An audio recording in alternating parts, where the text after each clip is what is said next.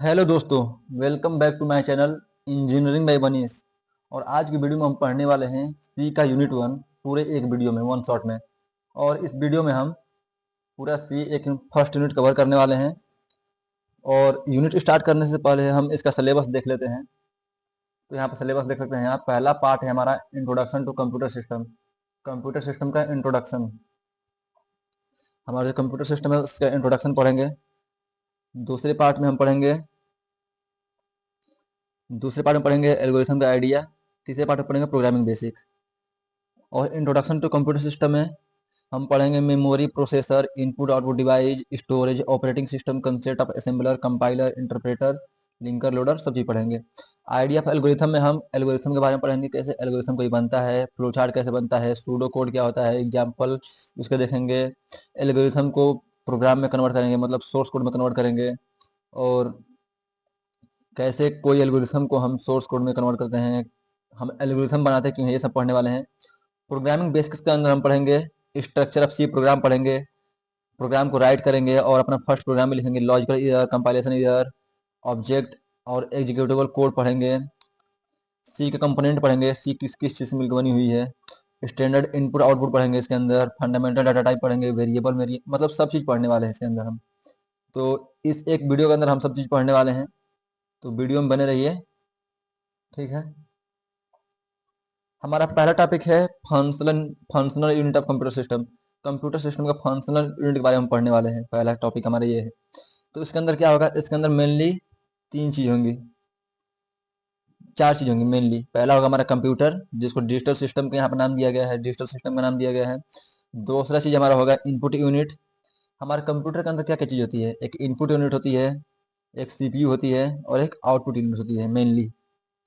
तो इसी को हम अभी गहराई से पढ़ेंगे। और ये क्वेश्चन बहुत ही इंपॉर्टेंट है, क्योंकि ये 2018, 19 और 21-22 में आ चुका है। ये क्वेश्चन 18, 19 और 21-22 में आ चुका है, ठीक है। तो हम देखते हैं डिजिटल सिस्टम क्या होता है। तो यहाँ पर देख सकते हैं आप, लिखा हुआ digital system. Digital system is a type of electronic system.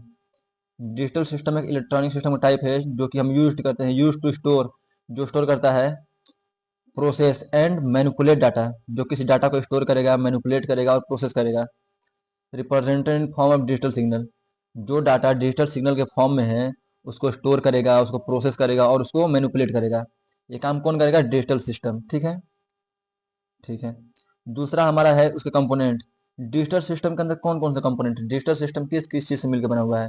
तो हमारा जो डिजिटल सिस्टम है उसके अंदर सेंट्रल प्रोसेसिंग यूनिट यानी सीपीयू होती है, एएलयू होता है सीपीयू के अंदर, सीपीयू के अंदर कंट्रोल यूनिट होता है, और कंप्यूटर के अंदर इनपुट यूनिट होता है, आउटपुट यूनिट होता है और स्टोरेज यूनिट होता है। अब इन सब के बारे में हम अभी अच्छे से पढ़ेंगे, ठीक है। सीपीयू क्या होता है, सेंट्रल प्रोसेसिंग यूनिट। सीपीयू मतलब central processing unit. It is a unit, this unit take input, this unit take input from the input device and process it according to the instruction and send it to output device. जो ये unit होती है, जो ये CPU होती है, CPU ये input device से इनपुट लेगा और इसको प्रोसेस करेगा हमारे इंस्ट्रक्शन के अनुसार। जो हम काम करेंगे उसके अनुसार उसको प्रोसेस करेगा, और प्रोसेस करने के बाद जो रिजल्ट प्रोड्यूस होगा वो रिजल्ट चल जाएगा आउटपुट यूनिट में, ठीक है। ठीक है, बहुत सिंपल था, उतना हार्ड नहीं था, ठीक है। दूसरा हमारा है A L U. A L U क्या होता है, ए एल यू इसका नाम में इसका अर्थ छुपा हुआ है, अर्थमेटिकल लॉजिकल यूनिट। इसका पहले एक बार डिफिनेशन पढ़ते हैं, फिर इसके बारे में एक्सप्लेनेशन देखते हैं, ठीक है। A L U is responsible for carrying out the arithmetic and logical operation. जो ए एल यू होती है, अर्थमेटिक लॉजिक यूनिट होती है, वो जितने हमारे अर्थमेटिक ऑपरेशन हैं जैसे कि एड, सब्ट्रैक्ट और लॉजिकल ऑपरेशन, उन सबको परफॉर्म करती हैं। अगर किसी डाटा में हमको अर्थमेटिक ऑपरेशन करने की ज़रूरत है, और मेरा कोई डाटा है उसमें अर्थमेटिक ऑपरेशन करने की ज़रूरत है या फिर लॉजिकल ऑपरेशन करने की ज़रूरत है, तो वो ए एल यू द्वारा होगा, ठीक है। बेसिकली ए एल यू क्या करता है, किसी भी डाटा के ऊपर अर्थमेटिक ऑपरेशन जैसे कि जोड़, घटाना, गुणा, भाग, और लॉजिकल ऑपरेशन जैसे कि लॉजिकल एंड, लॉजिकल और, ये सब करने का काम आता है, ठीक है। तीसरा मेरा पार्ट है कंट्रोल यूनिट। कंट्रोल यूनिट भी ये सीपीयू का ही पार्ट है। Control unit, this is use to generate electrical signal for synchronization of various operation. मैंने बहुत सारे ऑपरेशन को काम करने के लिए इलेक्ट्रिकल सिग्नल को जनरेट करता है। जैसे कि अगर मुझे कंप्यूटर का मॉनिटर है और कंप्यूटर के मॉनिटर पर मुझे कुछ प्रिंट करना है, तो उसको प्रिंट करने के लिए कुछ ना कुछ इलेक्ट्रिकल सिग्नल की जरूरत होगी, जो कि हमारा ये जनरेट करेगा कौन, कंट्रोल यूनिट। ठीक है, अगर कंप्यूटर को मुझे हेलो वर्ल्ड प्रिंट करना है तो हमारा इनपुट आएगा कि कंप्यूटर में जाओ स्क्रीन पर हेलो वर्ल्ड प्रिंट करो। तो जो हमारा इनपुट गया वो सीपीयू में गया, और सीपीयू में कंट्रोल यूनिट के पास गया, कंट्रोल यूनिट, और कंट्रोल यूनिट ये सिग्नल भेजा आउटपुट यूनिट को कि तुम स्क्रीन पर हेलो वर्ल्ड प्रिंट करो। तो यही है कंट्रोल यूनिट का काम। जो इसको इनपुट मिलेगा उसका यूज करेगा इलेक्ट्रिकल सिग्नल को जनरेट करने के लिए। ठीक है, ठीक है। इसका मेन क्या है, it manage and control all the operation. ये जितने सारे ऑपरेशन होता है कंप्यूटर में उन सबको कंट्रोल करता है और मैनेज करता है। कंप्यूटर में बहुत सारे प्रोसेस होते हैं, उसको ये कंट्रोल करेगा और मैनेज करेगा। ठीक है, फोर्थ पार्ट है मेरा इनपुट यूनिट। इसके नाम से पता चल रहा है input unit, it is the input unit is use to take the input from outside world in form of instruction. जो इनपुट यूनिट है वो बाहर से, मतलब जो हम इनपुट देते हैं उसको इनपुट लेने काम आता है। मतलब इनपुट यूनिट हमारे यूजर से इनपुट लेने काम आता है। ठीक है, it convert instruction into computer readable form and supply it for further processing. जो हम इसको लेते हैं, इनपुट देते हैं, उसको उसको इंस्ट्रक्शन में कन्वर्ट करता है और कंप्यूटर रीडेबल फॉर्म में कन्वर्ट करता है। कंप्यूटर रीडेबल फॉर्म, अब यहाँ से हम समझ सकते हैं कंप्यूटर रीडेबल फॉर्म का मतलब क्या है। अगर हम कोई इनपुट देते हैं तो वह ह्यूमन रीडेबल फॉर्म में होगा, जो कि ह्यूमन पढ़ सकता है। लेकिन ह्यूमन की भाषा कंप्यूटर को नहीं पता है। तो ह्यूमन की भाषा जो है, हमारा ह्यूमन की भाषा है, उसको कंप्यूटर की भाषा में कन्वर्ट करने का काम कौन करता है, इनपुट यूनिट। ठीक है, इनपुट यूनिट।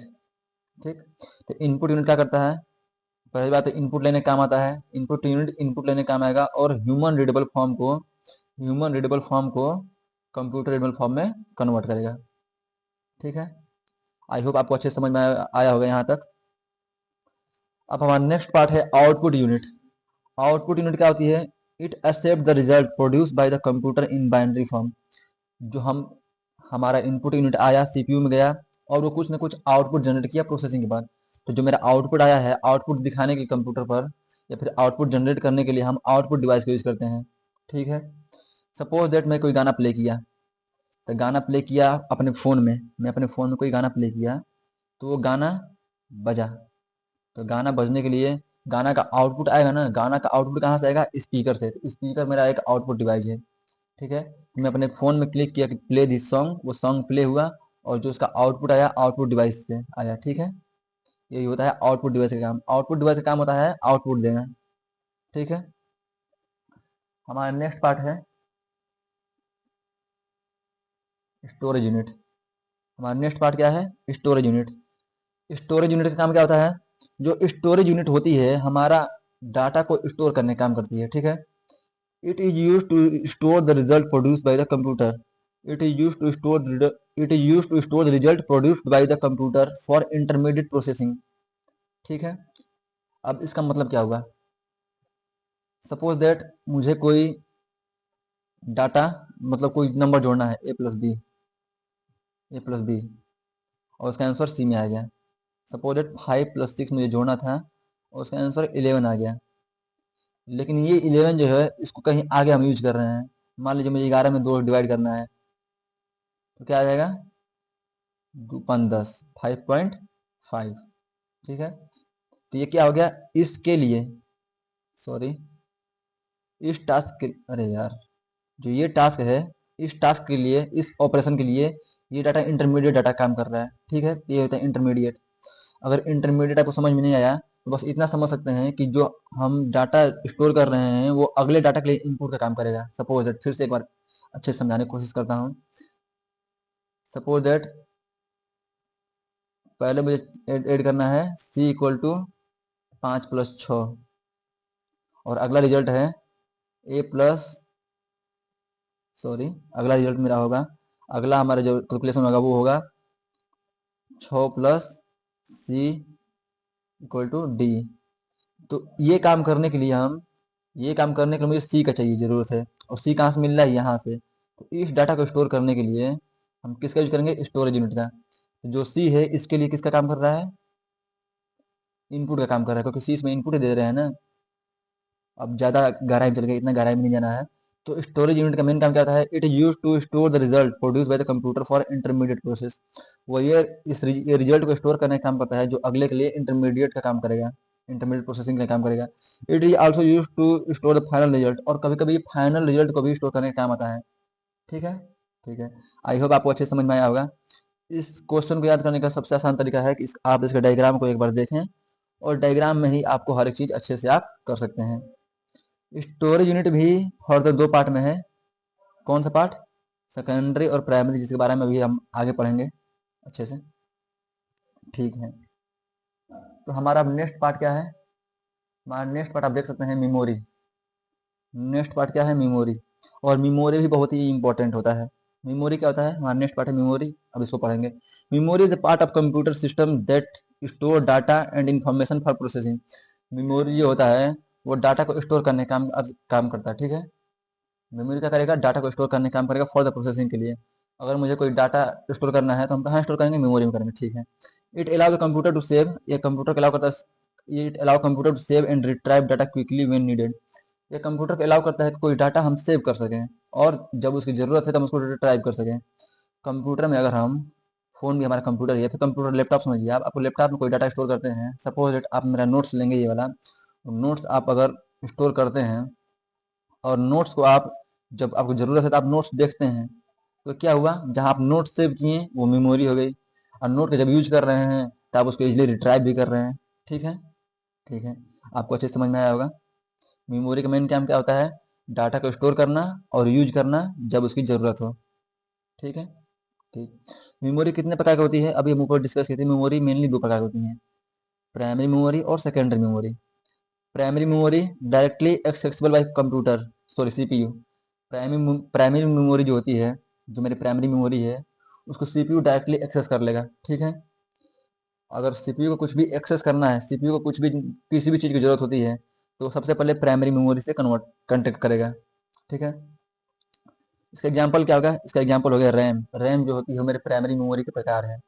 रैम क्या है? प्राइमरी मेमोरी की प्रकार है, एक टाइप बोल सकते हैं। ठीक है, वोलाटाइल, जो प्राइमरी मेमोरी होती है वो वोलाटाइल होती है। वोलाटाइल मतलब data is lost when power is turn off. जब भी आप पावर टर्न ऑफ करेंगे तब डाटा अपने आप डिलीट हो जाएगा प्राइमरी मेमोरी से। सपोज डेट प्राइमरी मेमोरी में मेरा कोई डाटा खुला हुआ है और मेरा पीसी ऑफ हो गया, देन मेरा जो डाटा है, जब दोबारा ऑन करेंगे, जब दोबारा ऑन करेंगे तो मेरा डाटा क्या होगा? ये डाटा मेरा डिलीट हो जाएगा। ठीक है, जब दोबारा कंप्यूटर ऑन किए तो स्टार्टिंग में तो डाटा सेव था, लेकिन कंप्यूटर जब ऑफ हुआ तो डाटा डिलीट हो जाएगा। ठीक है, इसी को बोलते हैं वोलाटाइल। तो प्राइमरी मेमोरी क्या होती है? प्राइमरी मेमोरी होती है जो डायरेक्टली एक्सेसिबल हो कंप्यूटर द्वारा, सीपीयू द्वारा। ठीक है, इसका प्रकार है रैम। और ये वोलेटाइल होती है, मतलब डाटा डिलीट हो जाएगा कब? जब कंप्यूटर ऑफ होगी तब। ठीक है, दूसरा है secondary device, secondary memory. Secondary memory क्या होती है? सेकेंडरी मेमोरी भी एक मेमोरी ही होती है जो कि डाटा को स्टोर करती है लॉन्ग टाइम के लिए, used for long term of data storage. Data को अगर हमको लंबे समय के लिए स्टोर करना है तब हम किसका यूज करेंगे? सेकेंडरी मेमोरी का। ठीक है, इसका एग्जांपल क्या हो गया? हार्ड डिस्क जितने हो गए हैं हमारे लैपटॉप में, हार्ड डिस्क आते हैं, एसएसडी आते हैं, सॉलिड स्टेट ड्राइव, या फिर यूएसबी, मतलब पेन ड्राइव समझ सकते हैं, सीडी। ये सब हमारे किसके प्रकार हैं? ये हमारे प्रकार हैं सेकेंडरी मेमोरी के। ठीक है, तीसरा प्रॉपर्टी इसका ये है कि नॉन वोलेटाइल होता है। अभी हम प्राइमरी मेमोरी में देखे हैं कि प्राइमरी मेमोरी जो होती है, अगर कंप्यूटर ऑफ कर रहे हैं, कंप्यूटर अगर ऑफ कर रहे हैं तो इसमें डाटा डिलीट हो जाएगा। कंप्यूटर में जब ऑफ कर रहे हैं तो ये डाटा क्या होगा? मेरा डिलीट हो जाएगा। लेकिन सेकेंडरी मेमोरी में डाटा डिलीट नहीं होगा। सेकेंडरी मेमोरी में डाटा डिलीट नहीं होगा। ठीक है, वो डाटा को स्टोर करना है। Memory is part of computer that store data and information for the processing. It allow computer to save retrieve data quickly when needed. Memory जो होती है कंप्यूटर में डाटा को स्टोर करने के काम आती है, इंफॉर्मेशन को स्टोर करने के काम आती है, और प्रोसेसिंग प्रोसेसिंग करने के लिए। It allow computer to save retrieve and data quickly. Computer में डाटा को सेव करना है, रिट्रीव करना है जल्दी से, तो हम किसका यूज करते हैं? मेमोरी का यूज करते हैं। मेमोरी कितने प्रकार की होती है? मेमोरी टाइप्स मेमोरी, दो दो प्रकार की मेमोरी होती है, प्राइमरी मेमोरी और सेकेंडरी मेमोरी। प्राइमरी मेमोरी क्या करती है? Directly accessible bye CPU. Primary memory जो होती है उसको सीपीयू डायरेक्टली एक्सेस कर सकता है। अगर सीपीयू को कुछ भी एक्सेस करना है तो प्राइमरी मेमोरी से करेगी, ना कि सेकेंडरी मेमोरी से। ठीक है, ठीक है, इतना समझ में आया? इसका एग्जांपल क्या होगा? इसका एग्जांपल हो गया रैम, रैंडम एक्सेस मेमोरी जो होता है हमारे फोन का रैम होता है या फिर लैपटॉप का रैम होता है, वो प्राइमरी मेमोरी के अंदर आती है, ठीक है। प्राइमरी मेमोरी के अंदर रैम रोम आ गए, रैम आ गया, ठीक है। प्राइमरी मेमोरी क्या होता है? वोलेटाइल होती है। वोलेटाइल मतलब कि जब भी हम अपना कंप्यूटर या फिर सिस्टम ऑफ करेंगे तो प्राइमरी मेमोरी का डाटा क्या हो जाएगा? लॉस्ट हो जाएगा, ठीक। दूसरा हमारा है secondary memory. Secondary memory use for long term data storage. जैसे हम अपना फोटो स्टोर करते हैं, कोई पीडीएफ फाइल, कोई भी चीज़ अगर हम लॉन्ग टर्म के लिए स्टोर करते हैं तो हम किस में स्टोर करेंगे? लॉन्ग टर्म के लिए कोई चीज़ स्टोर करना है तो हम सेकेंडरी मेमोरी में स्टोर करेंगे, ठीक है। सेकेंड तो वही पहला पॉइंट वही है कि use for long term storage of data. Data को लॉन्ग टर्म के लिए स्टोरेज करने के लिए हम किसका यूज करते हैं? सेकेंडरी मेमोरी का यूज करते हैं। इसका एग्जांपल क्या हो गया? Hard disk drive, solid state drive, USB drive, ये सब सेकेंडरी मेमोरी के प्रकार हैं, ठीक है। और जो सेकेंडरी मेमोरी होती है नॉन वोलेटाइल इन नेचर होती है। नॉन वोलेटाइल करने का मतलब इसका पावर खत्म नहीं होगा, मतलब पावर ऑफ कर रहे हैं तो मेरा बैटरी क्या बोलता है, मेरा मेमोरी कंसिस्टेंट रहेगा। इसका एग्जांपल आप ये समझ सकते हैं, अगर आप फोन ऑफ करते हैं, फोन आपको सपोज फोन आपको स्विच ऑफ हो गया, तो क्या आपका फोटो डिलीट होता है? फोटो डिलीट नहीं होगा आपका, क्यों? क्योंकि वो सेकेंडरी मेमोरी में स्टोरेज है आपका फोटो। जितना सा फोटो अगर सेकेंडरी मेमोरी में स्टोरेज है तो वो डिलीट नहीं होगा।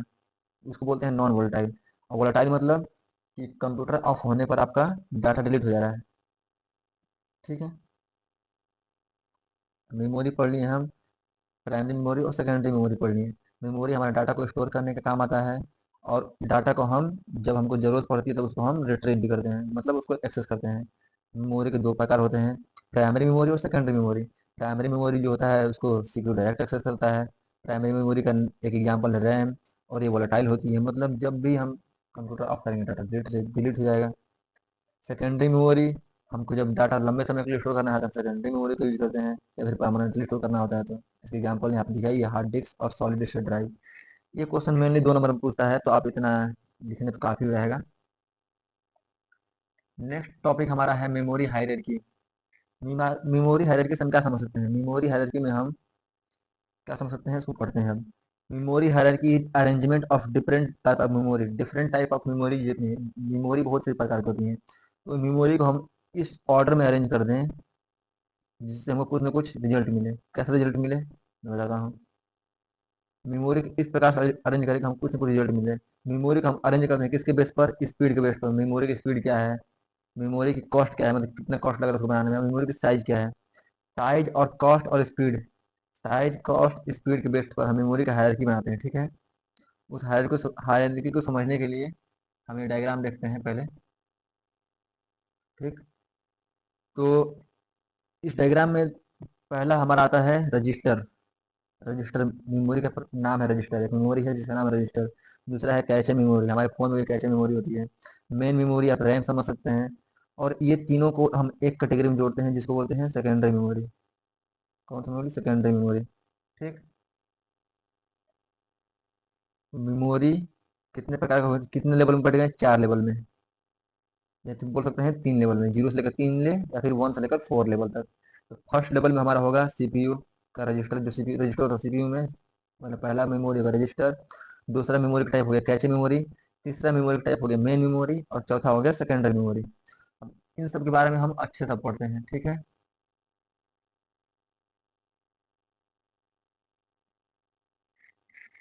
अब इनके बारे में अच्छे से पढ़ते हैं। तो पहला लेवल ऑफ मेमोरी में पहले क्या है? रजिस्टर। रजिस्टर जो होता है सबसे स्मॉलेस्ट मेमोरी होती है, मतलब रजिस्टर जो होता है इसका सबसे कम स्टोरेज होता है। स्मॉलेस्ट मतलब इसका स्टोरेज सबसे कम होगा, और फास्टेस्ट, सबसे फास्टेस्ट मेमोरी अभी तक रजिस्टर ही है, ठीक है। और लोकेटेड इनसाइड सीपीयू, सीपीयू के अंदर ही ये होता है, ये मेमोरी जो होगा सीपीयू के अंदर ही लोकेट होता है। स्मॉलेस्ट होता है, फास्टेस्ट होता है, और सीपीयू के अंदर होता है। Use to store temporary data during processing. जो टेम्पररी डाटा है, जो डाटा को हमको स्टोर नहीं करना है, बस जिसको बस कुछ टाइम के लिए स्टोर करना है, उसको हम रजिस्टर के अंदर स्टोर करते हैं, ठीक है। रजिस्टर के अंदर क्यों स्टोर करते हैं? क्योंकि इसको हम फास्ट एक्सेस कर सकते हैं, ठीक। तो रजिस्टर के बारे में हम 3 पॉइंट का लिख सकते हैं। रजिस्टर जो होता है स्मॉलेस्ट मेमोरी है, सीपीयू के अंदर लोकेटेड है, और टेम्पररी स्टोरेज के लिए यूज करते हैं, ठीक। अगला हमारा है कैचे मेमोरी। कैche मेमोरी को समझने के लिए पहले हम एक सिनेरियो समझते हैं। सपोज दैट ये मेरा कंप्यूटर है, कंप्यूटर है, ये मेरा सीपीयू है, और सीपीयू कोई डाटा लेना है, वो डाटा कहाँ से ले रहा है, मेन मेमोरी से ले रहा है, ये मेरा मेन मेमोरी है। सीपीयू ले रहा है डाटा मेन मेमोरी से, मेन मेमोरी से डाटा ले रहा है तो इसको लग रहा है, सपोज दैट लग रहा है 5 सेकंड। ठीक है। और ये डाटा इसको बार बार चाहिए, इसको डाटा बार बार चाहिए, वो डाटा ले रहा है बार बार, तो 5 सेकंड हर बार लग रहा है। अब दूसरी केस ये है कि अभी इसी डाटा को हम लाकर कैश मेमोरी में स्टोर कर दिए, किसमें, कैश मेमोरी में, और डाटा गया कैश मेमोरी में। अगर यहाँ से सीपीयू एक्सेस कर रहा है तो इस डाटा को तो लग रहा है 2 सेकंड। क्यों 2 सेकंड लग रहा है, क्योंकि कैश मेमोरी जो होती है फास्ट होती है, किससे, सीपीयू से फास्ट होती है। तो इसका मेन यूज यही है कि जो डाटा फ्रिक्वेंटली यूज है, जो डाटा बार बार यूज हो रहे हैं, उसको हम लाकर कैश मेमोरी में स्टोर करते हैं। जो डाटा हमारा बार बार यूज हो रहा है उसको लाकर हम कैश मेमोरी में स्टोर करते हैं ताकि वो फास्टर एक्सेस हो जाए। ठीक है। अब पूरा यही लिखना है। कैश मेमोरी क्या है, faster than RAM but smaller in size, RAM से फास्ट होती है लेकिन साइज में रैम से छोटी होती है। ठीक। Store frequently used data for quick access by the CPU. अभी हम एग्जांपल देखे हैं जिसमें सीपीयू को डाटा जल्दी एक्सेस करना था, जल्दी एक्सेस करना था तो उसको लाके हम किस में रख दिए, कैचे में रख दिए। तो जो डाटा बार बार फ्रिक्वेंटली यूज होता है, मतलब डाटा डाटा बार बार यूज होती है, उसको लाकर हम सीपीयू में रख देते हैं ताकि हम उसको फास्ट एक्सेस कर सकें, क्विक एक्सेस कर सकें। ठीक है। अगला मेमोरी का प्रकार है मेन मेमोरी। मेन मेमोरी और प्राइमरी मेमोरी में आप सेम लिख सकते हैं। मेन मेमोरी जो है कैश मेमोरी से बड़ी होगी लेकिन सेकेंडरी मेमोरी से छोटी होगी। इसको आप ऐसे समझ सकते हैं कि आपका जो फ़ोन का है रैम जो होता है हमेशा कम होता है आपके रोम से या फिर इंटरनल मेमोरी से। जैसे आपका फ़ोन हो गया 4 GB रैम, 64 GB इंटरनल, तो रैम कम है ना सेकेंडरी मेमोरी से, सेकेंडरी मेमोरी से रैम कम रहेगा लेकिन कैश मेमोरी से लार्ज रहेगा। ठीक है। और जो आपका मेन मेमोरी है लार्ज, ठीक है। और जो आपका मेन मेमोरी है वो स्लोअर रहेगा, किससे, कैश मेमोरी से स्लोअर रहेगा, कैश मेमोरी से रजिस्टर से स्लोअर रहेगा। ठीक। और तीसरा पॉइंट ये कि वोलेटाइल होता है। मेन मेमोरी वोलेटाइल होती है। वोलेटाइल क्या होती है आपको अच्छे से पता होगा, जो हम प्राइमरी मेमोरी में पढ़ते हैं। वोलेटाइल मतलब डाटा लॉस्ट हो जाएगा जब हम कंप्यूटर को ऑफ करेंगे। ठीक। नेक्स्ट हमारा हायरार्की में आता है सेकेंडरी मेमोरी। सेकेंडरी मेमोरी क्या होती है, सेकेंडरी मेमोरी जो होती है सबसे लार्जेस्ट मेमोरी होती है हायरार्की में। इस पूरे हायरार्की में सबसे लार्जेस्ट कौन सा है, सेकेंडरी मेमोरी। ठीक है।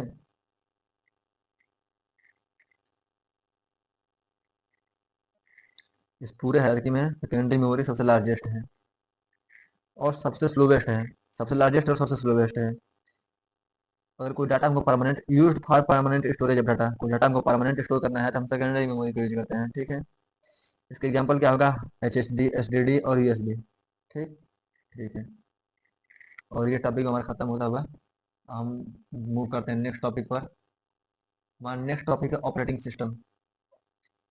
ऑपरेटिंग सिस्टम क्या होता है, यह भी एक इंपॉर्टेंट टॉपिक है जो कि एक 2017, 18 और 18 से पूछ चुका है।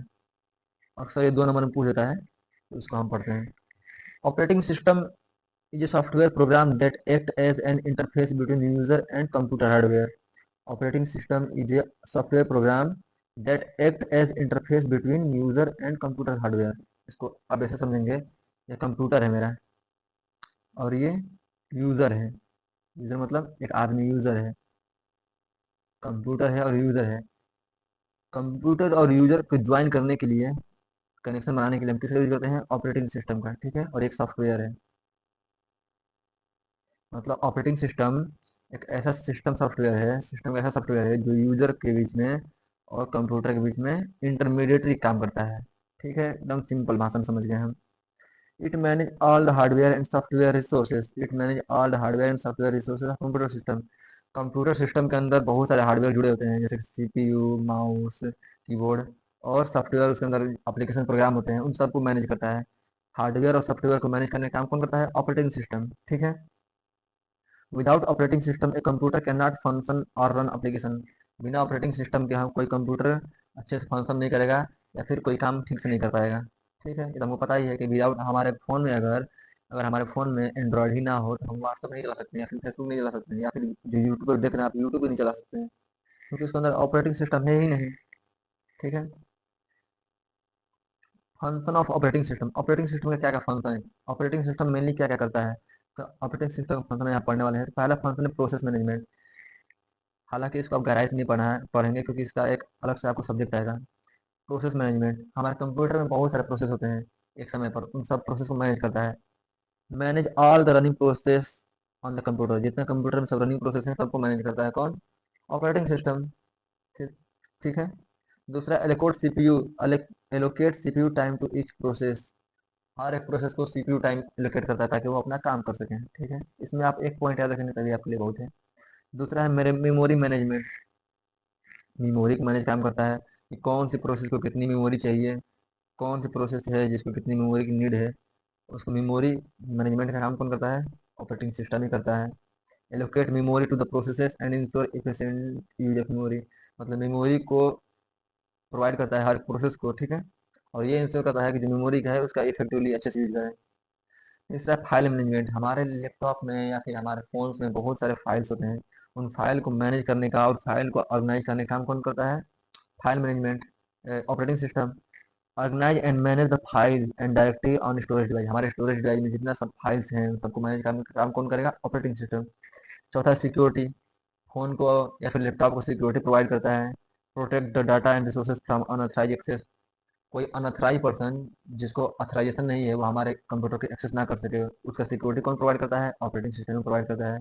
फिर है यूजर इंटरफेस। हमारे कंप्यूटर्स हैं, कंप्यूटर में व्हाट्सएप का लोगो बना हुआ था, हम व्हाट्सएप पे क्लिक करते हैं।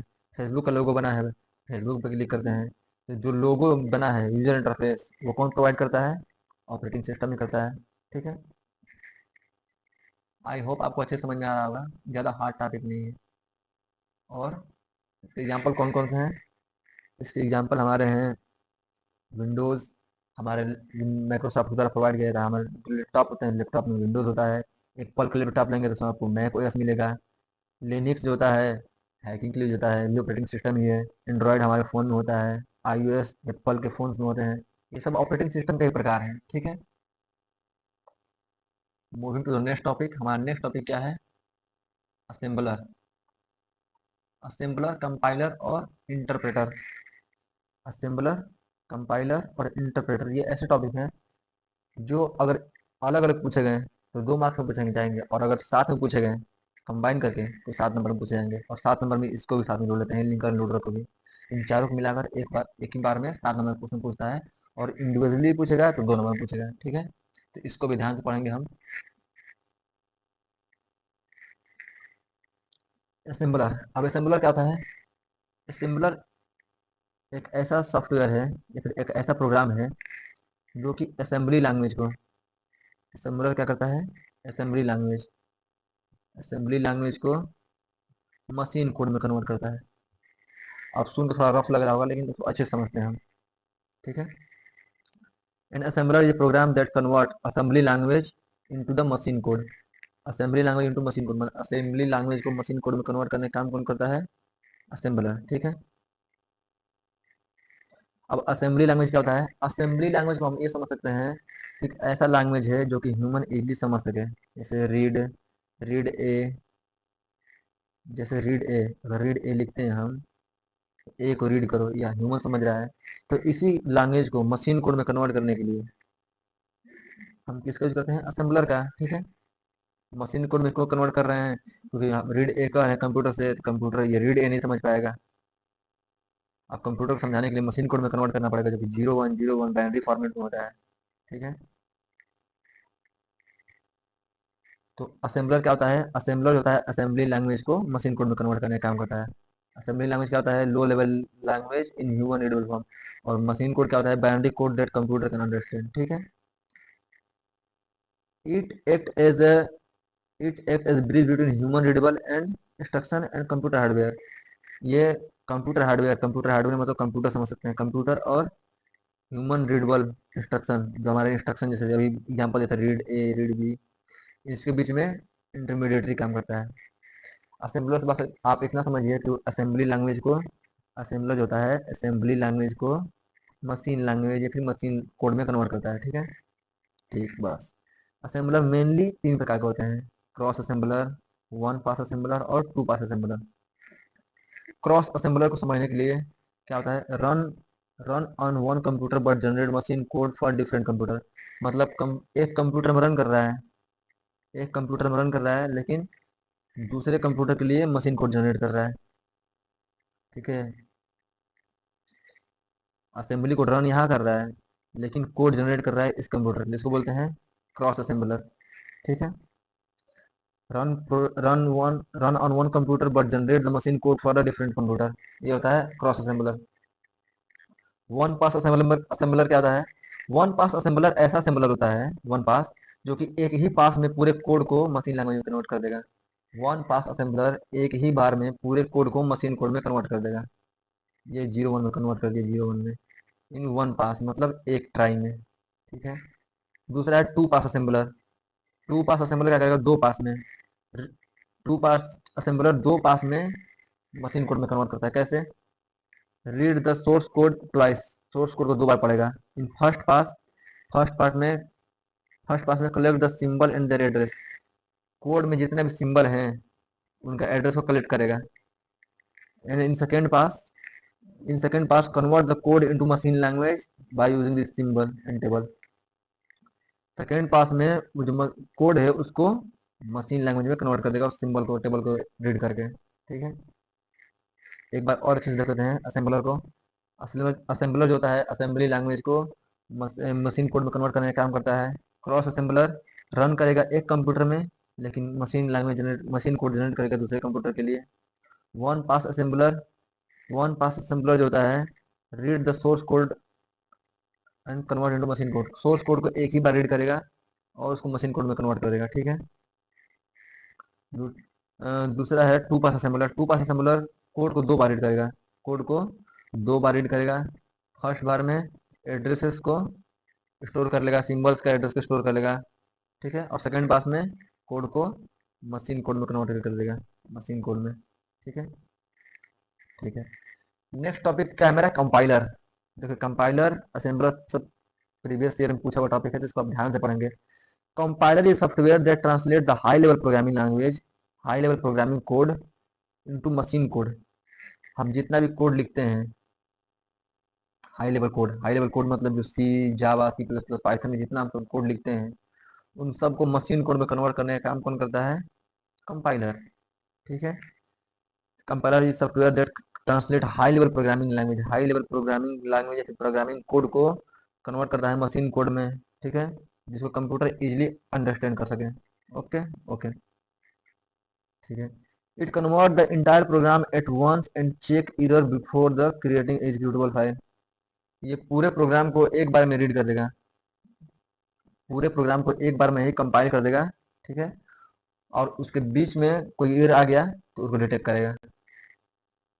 जैसे सी में होता ये है कि अगर हम कोई प्रोग्राम लिखते हैं तो उसको रन करने से पहले उसको एक बार कंपाइल करेंगे। ठीक है। कंपाइल करेंगे और कंपाइल करेंगे तो उसमें कोई एरर आएगा तो सी हमको बताएगा, फिर उसको हम एरर को फिक्स करके हम कोड को फिर दोबारा रन करेंगे।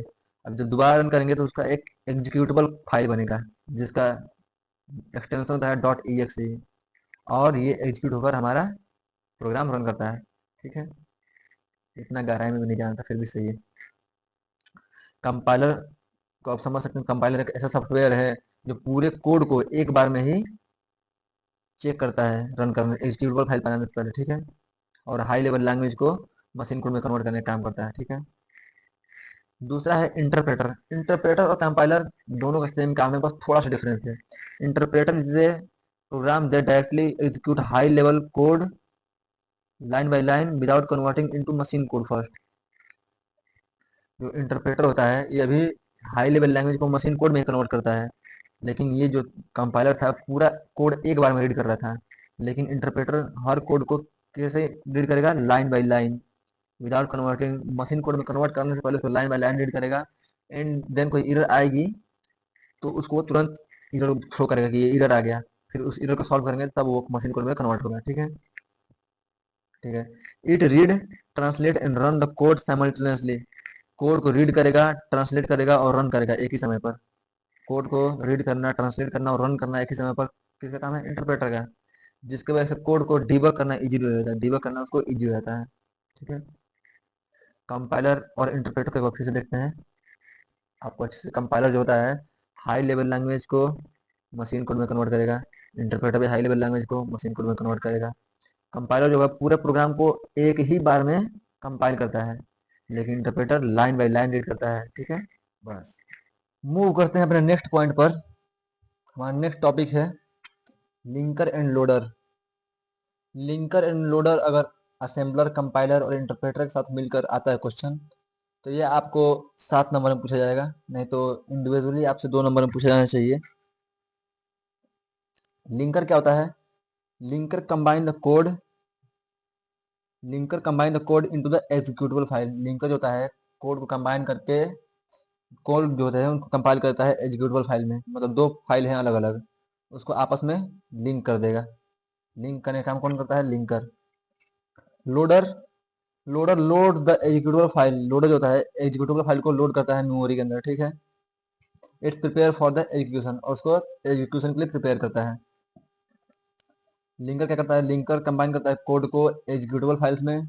लोडर जो होता है प्रोग्राम को लोड करके लाता है सेकेंडरी मेमोरी से मेन मेमोरी में एग्जीक्यूशन के लिए, ठीक है। इन दोनों के बीच में कुछ डिफरेंस है, वो देख लेते हैं। पहले डिफिनेशन देख लेते हैं, दोनों का डिफिनेशन तो देखे हैं, फिर से देख लेते हैं। Linker is a program that separately compiled module in one program. Separately जो कंपाइल्ड मॉड्यूल हैं उसको एक प्रोग्राम में जोड़ने का काम कौन करता है?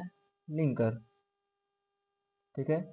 Separately compiled module into one program, ये काम कौन करता है? लिंकर। मतलब सेपरेटली कंपाइल्ड मॉड्यूल है उसको एक प्रोग्राम में लाने का काम करता है लिंकर। लोडर क्या करता है? Loader load the program that the machine code into system memory. जो प्रोग्राम है मशीन कोड उसको सिस्टम मेमोरी में लाने का काम कौन करता है? लोडर, ठीक है। इनपुट, जो लिंकर है वो इनपुट के रूप में क्या लेती है? लाइब्रेरी को इनपुट के रूप में लेती है। Takes object and library as a input. Object और लाइब्रेरी को इनपुट के रूप में लेती है कौन? लिंकर। और लोडर इनपुट के रूप में क्या लेती है? Take the executable file generated by the linker. जो लिंकर जो जनरेट करता है एग्जीक्यूटेबल फाइल उसको इनपुट के रूप में लेती है। लिंकर जो होता है ना वो एक एग्जीक्यूटेबल फाइल जनरेट करेगा, उसको इनपुट के रूप में कौन लेगी? लोडर, ठीक। ये आउटपुट क्या देगी? एग्जीक्यूटेबल फाइल या फिर शेयर्ड लाइब्रेरी का आउटपुट में देगी। लोडर आउटपुट को, इसका लोडर का कोई आउटपुट स्पेसिफिक नहीं हो सकता है। जैसे कि अगर हम 5 + 6 जोड़ें तो क्या है? एक मेरा इंस्टेंस आउटपुट आएगा 11। तो ये कोई एग्जीक्यूटेबल फाइल नहीं है, ना कोई लाइब्रेरी है, ये एक इंस्टेंस नॉर्मल आउटपुट है। इसको हम किसी कैटेगरी में नहीं देते हैं, ठीक है। ये लोडर के आउटपुट हो गई। डिपेंडेंसी मतलब लिंकर किस पर डिपेंड करती है? लिंकर डिपेंड करता है ऑब्जेक्ट फाइल्स और लाइब्रेरी पर। लोडर किस पर डिपेंड करता है? लोडर डिपेंड करता है एग्जीक्यूटेबल फाइल पर, और लोडर डिपेंड करता है एग्जीक्यूटेबल फाइल पर जो कि लिंकर जनरेट करता है, ठीक है।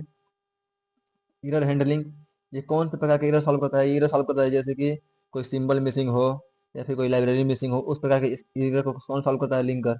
ये किस प्रकार के एरर को सॉल्व करता है? वो उस प्रकार के एरर को सॉल्व करता है जैसे कि मेमोरी कहीं इनसफिशिएंट, किसी प्रोग्राम को लोड करने में कोई मेमोरी कम पड़ गई या फिर कोई डाटा लोड नहीं हो पाया, उसके लिए हम लोडर वो एरर हैंडल करता है, ठीक है। इसको एक बार और देखते हैं। लिंकर क्या करता है? लिंकर जो सेपरेटली कंपाइल्ड प्रोग्राम है उसको एक फाइल में लाने का काम करता है लिंकर। लोडर, अगर कोई प्रोग्राम सेकेंडरी मेमोरी में है उसको मेन मेमोरी में लाने का काम करता है लोडर। मेन मेमोरी में, ये सेकेंडरी मेमोरी में है, ये मेन मेमोरी में लाने का काम कौन कर दिया? लोडर, ठीक। दूसरा क्या है? इनपुट। जो लिंकर है वो इनपुट के रूप में ऑब्जेक्ट फाइल्स और लाइब्रेरी इनपुट के रूप में लेंगे, लेकिन जो लोडर है वो इनपुट के रूप में लेगा एग्जीक्यूटेबल फाइल्स, ठीक है। आउटपुट इसका क्या आएगा? इसका आउटपुट आता है एग्जीक्यूटेबल फाइल। इसका आउटपुट क्या आता है? कोई स्पेसिफिक आउटपुट नहीं आता है, ठीक है। डिपेंडेंसी, लिंकर किस पर डिपेंड करती है? लिंकर डिपेंड करती है ऑब्जेक्ट फाइल और लाइब्रेरी पर, और लोडर किस पर डिपेंड करती है? एग्जीक्यूटेबल फाइल पर। एरर हैंडलिंग, ये किस प्रकार की एरर सॉल्व करता है? ये सॉल्व करता है अनरिजॉल्व सिंबल, जो सिंबल हम एक्स्ट्रा सिंबल लिख दिए हैं उसको, उस प्रकार के एरर को, या फिर कोई लाइब्रेरी मिसिंग है उस प्रकार के एरर को ये सॉल्व करता है, डिटेक्ट करता है। ये किस प्रकार के एरर को डिटेक्ट करता है? जैसे मेमोरी कम पड़ गई या फिर कोई फाइल मिसिंग हो गई लोडिंग के दौरान, तो उसका एरर डिटेक्ट कौन करता है? लोडर। जितना एरर आता है लोडिंग के समय वो लोडर डिपेंडेंट डिटेक्ट करता है, जितना एरर आता है लिंक करने के समय वो लिंकर डिटेक्ट करता है, ठीक है। दैट इज सिंपल, सिंपल है ये, फिर ठीक है ऊपर आते हैं। अगला टॉपिक हमारा है flow chart and algorithm. Algorithm क्या होता है? फ्लो चार्ट क्या होती है? इसको पढ़ने के लिए पढ़ते हैं, बहुत ईजी टॉपिक है, बहुत हार्ड नहीं है, बहुत ईजी है। एल्गोरिथम क्या होता है? Algorithm is step by step procedure. Algorithm एक स्टेप बाय स्टेप प्रोसीजर है और सेट ऑफ रूल्स, इसको या तो स्टेप बाय स्टेप प्रोसीजर बोल सकते हैं या फिर set of rule design to solve specific problem और परफॉर्म स्पेसिफिक टास्क। कोई काम करने के लिए, जो कोई हम काम कर रहे हैं वो कोई काम करने के लिए या फिर कोई प्रॉब्लम सॉल्व करने के लिए हम कुछ स्टेप्स लेते हैं, स्मॉल स्मॉल स्टेप्स, उसको हम बोलते हैं एल्गोरिथम। मतलब किसी भी काम को करने के लिए छोटे छोटे प्रोसेस को हम बोलते हैं एल्गोरिथम। ठीक है। It is A well defined sequence of instruction. Algorithm जो है वो वेल डिफाइंड मतलब एक अच्छे से डिफाइन किया हुआ इंस्ट्रक्शन का सीक्वेंस है। मतलब कहते हैं सपोज मुझे चाय बनाना है, पहले कहूँगा कि पहले पानी लो, पानी लो, वाटर लो, फिर उसके बाद उसमें उसको फिर गैस ऑन करो, फिर उसको चीनी डालो, पानी डालो, ये सब जितना स्टेप्स हम लेते हैं उसी को बोलते हैं एल्गोरिदम। एल्गोरिदम में जो हमारा इंस्ट्रक्शन है वो क्लियरली डिफाइन होते हैं, क्लियरली इंस्ट्रक्शन डिफाइन होते हैं। ठीक है, ठीक है। एग्जाम्पल क्या है? और कोई बड़ा नंबर मुझे फाइंड करना है दो नंबर में से, सपोज दैट यहाँ पर तो बहुत सारे नंबर का यहाँ पर दिया एग्जाम्पल, लेकिन अगर मुझे दो नंबर में से बड़ा नंबर फाइंड करना है तो पहले स्टार्ट करेंगे, फर्स्ट स्टेप में स्टार्ट करेंगे, सेकेंड स्टेप में दो नंबर लेंगे, 5 ले लिए, सपोज 5 ले लिए, 10 ले लिए, पहले वाले 5 को बड़ा मान लेंगे इनिशियली, और 5 को कंपेयर करेंगे अगले नंबर 10 से, तो 10 बड़ा मिल गया तो 10 को लार्जेस्ट डिक्लाइन कर देंगे, डिक्लेयर कर देंगे, उसके बाद स्टॉप कर देंगे प्रोसेस। मतलब देखें तो जो काम हम लाइन बाय लाइन कर रहे हैं स्टेप बाय स्टेप सीक्वेंस द्वारा, इसी को हम एल्गोरिथम बोलते हैं। ठीक है। एल्गोरिथम की कुछ प्रॉपर्टीज होती हैं, एल्गोरिथम की कुछ प्रॉपर्टी होती हैं। ठीक है। अगर कोई एल्गोरिथम है तो वो ये प्रॉपर्टी सेटिस्फाई करनी चाहिए, जो प्रॉपर्टी अभी हम पढ़ने वाले हैं। कौन कौन सी प्रॉपर्टी? पहला प्रॉपर्टी हमारा है फाइनाइटनेस। अगर हम एक एल्गोरिथम बनाते हैं तो एल्गोरिथम के अंदर जो नंबर ऑफ स्टेप्स हैं वो फाइनाइट होने चाहिए, मतलब नंबर ऑफ स्टेप डेफिनेट होने चाहिए। ये ना कि एल्गोरिथम बनाए और उसमें फाइनाइट स्टेप नहीं जा रहा है, बहुत ज़्यादा इनफाइनाइट स्टेप पर चला जा रहा है, तो ऐसा नहीं होना चाहिए। अगर कोई एल्गोरिथम बनाते हैं तो उसका नंबर ऑफ स्टेप फाइनाइट होना चाहिए, and algorithm must terminate after finite number of step. एक एल्गोरिथम खत्म हो जाना चाहिए फाइनाइट नंबर ऑफ स्टेप के बाद। ठीक है। It should not run indefinitely, ये इंडेफिनेटली रन नहीं करना चाहिए, मतलब इसका नंबर ऑफ स्टेप फाइनाइट ही होना चाहिए, इनफाइनाइट होना ही नहीं चाहिए। ठीक है। दूसरा है डेफिनेटनेस। डेफिनेटनेस में मतलब each step of algorithm must precisely defined and अनएम्बेगियस।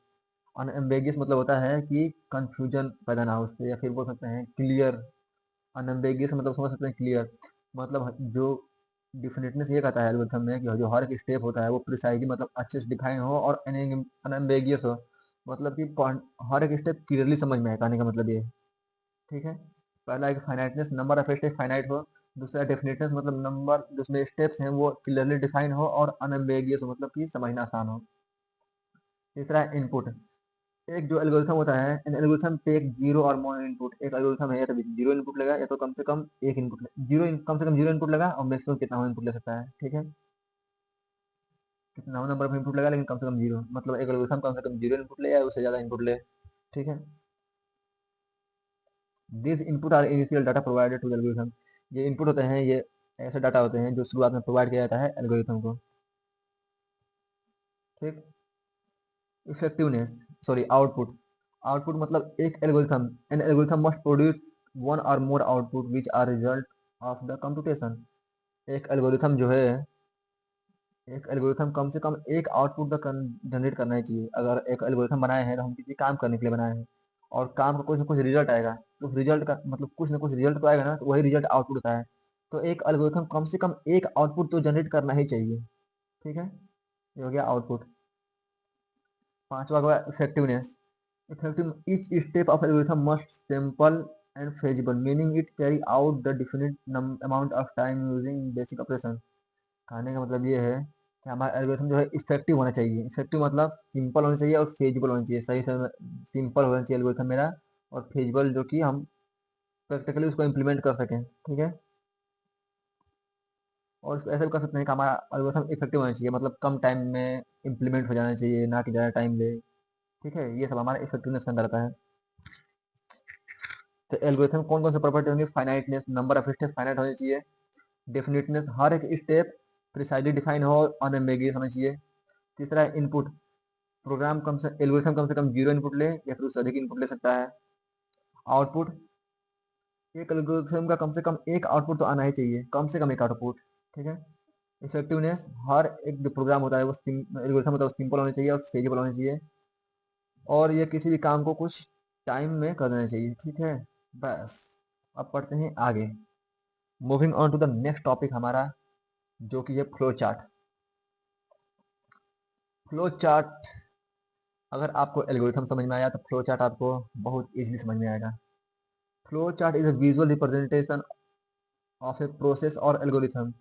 किसी भी एल्गोरिथम का या प्रोसेस का विजुअल रिप्रेजेंटेशन, एल्गोरिथम को हम विजुअली रिप्रेजेंट कर देंगे, उसको बोलते हैं फ्लो चार्ट, ठीक है। एक एल्गोरिथम बनाए, उसको विजुअली रिप्रेजेंट कर दिए, उसको बोलते हैं फ्लो चार्ट, ठीक है। It use symbol like rectangle, diamond, arrow etc. एक फ्लो चार्ट के अंदर क्या क्या चीज होता है, रेक्टेंगल होता है, डायमंड होता है, एरे होता है, इस प्रकार के सिंबल्स होते हैं, जो कि हर एक सिंबल का एक अलग मीनिंग होती है, खुद की मीनिंग होती है, ठीक है। Flow of process, it help to understand something work step by step. ये हमको ये दर्शाता है, फ्लो चार्ट हमको ये दर्शाता है कि कोई भी काम स्टेप बाय स्टेप कैसे हो रही है, ये हमको कौन दर्शाता है, फ्लो चार्ट, ठीक है। अब फ्लो चार्ट का अगर फिर से हम अगर कंक्लूजन निकालें तो फ्लो चार्ट हमारा विजुअल रिप्रेजेंटेशन होता है एल्गोरिथम का या फिर किसी प्रोसेस का, किसी भी प्रोसेस का या फिर एल्गोरिथम का विजुअल रिप्रेजेंटेशन को हम फ्लो चार्ट बोलते हैं। फ्लो चार्ट के अंदर कुछ सिंबल्स यूज होते हैं, जिसका रेक्टेंगल, डायमंड, एरो, इन सभी यूज होते हैं, ठीक है। ये हमको ये डिसाइड मतलब हेल्प करता है कि कोई भी प्रोसेस हो रही है वो कैसे हो रही है, स्टेप बाय स्टेप, वो हम अंडरस्टैंड करते हैं फ्लो चार्ट से, ठीक है। अब फ्लो चार्ट के क्या क्या एडवांटेज होते हैं, फ्लो चार्ट का पहला एडवांटेज है easy to understand. Flow chart use simple symbol and visuals making them easy to follow. Flow chart जो होता है इसके अंदर सिंपल सिंबल्स यूज होते हैं, जैसे ओवल हो गया, रेक्टेंगल हो गया, रोम्बस हो गया, ठीक है। सिंपल सिंबल बनाते हैं, सिंपल सिंबल इसके अंदर होते हैं जिसको हम फॉलो इजीली कर सकते हैं। यहाँ पर हर एक सिंबल का अलग अलग मतलब होता है जिसको हम इजीली फॉलो करते हैं, ठीक है, ठीक है। मतलब फ्लो चार्ट हमारे अंडरस्टैंडिंग को इजी कर देता है। दूसरा है क्लियर कम्युनिकेशन, फ्लो चार्ट के हेल्प से हम कम्युनिकेशन क्लियर कर सकते हैं। क्लियर कम्युनिकेशन मतलब जो हमारा एल्गोरिथम है या हमारा प्रोसीजर है वो पूरा क्लियरली दिखेगा फ्लो चार्ट की मदद से, क्योंकि यहाँ पर हर एक सिंबल्स का एक स्पेसिफिक मीनिंग होती है।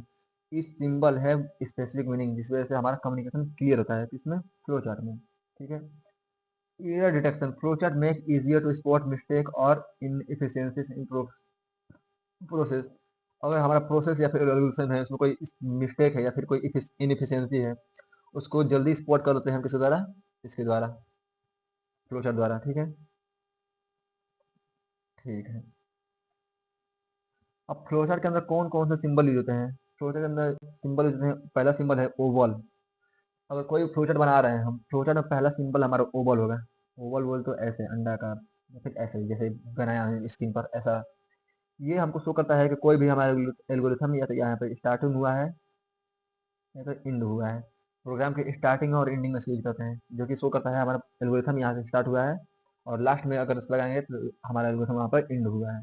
ओवल स्टार्ट स्टॉप के लिए होता है, use at start and end of algorithm, किसी भी एल्गोरिथम के स्टार्ट में या फिर एंड में यूज होते हैं। दूसरा हमारा है रेक्टेंगल। रेक्टेंगल क्या करता है, कहीं अगर हम हमारे एल्गोरिथम में कहीं ना कहीं कैलकुलेशन हो रही है या फिर कुछ काम हो रहा है तो उसके लिए हम रेक्टेंगल का यूज करते हैं। रेक्टेंगल हमको ये शो करता है कि यहाँ पर हमारा कैलकुलेशन हो गई, जैसे ए प्लस बी इक्वल टू सी, ये हमारा कैलकुलेशन है, इसको हम रेक्टेंगल के अंदर दर्शाएंगे। बी इक्वल टू 5 + 2, ये हम रेक्टेंगल के अंदर दर्शाएंगे क्योंकि ये कैलकुलेशन पार्ट है और रेक्टेंगल जो होता है कैलकुलेशन पार्ट को ही शो करता है, ठीक है। रेक्टेंगल प्रोसेस है, कैलकुलेशन पार्ट को शो करता है। It indicate like calculation process को इंडिकेट करता है, ठीक है। थर्ड सिंबल हमारा है रोम्बस। रोम्बस कुछ इस प्रकार का होता है, रोम्बस या फिर पैरेललोग्राम में बोल सकते हैं। रोम्बस होगा वो इनपुट आउटपुट दर्शाता है, कहीं हम प्रोग्राम में कहीं इनपुट ले रहे हैं तो हम रोम्बस के अंदर इनपुट लेंगे या फिर पैरेललोग्राम के अंदर बना कहीं इनपुट लेंगे, ठीक है। या फिर आउटपुट दिखा रहे हैं तो उसके लिए भी इसका यूज करेंगे। आउटपुट और इनपुट को शो करने के लिए एल्गोरिथम में फ्लो चार्ट में हम रोम्बस यूज करते हैं। अगर फ्लो चार्ट में हमको कहीं इनपुट आउटपुट शो करना है तो हम रोम्बस यूज करेंगे, ठीक। नेक्स्ट हमारा शेप है डायमंड शेप। डायमंड शेप ऐसे होता है,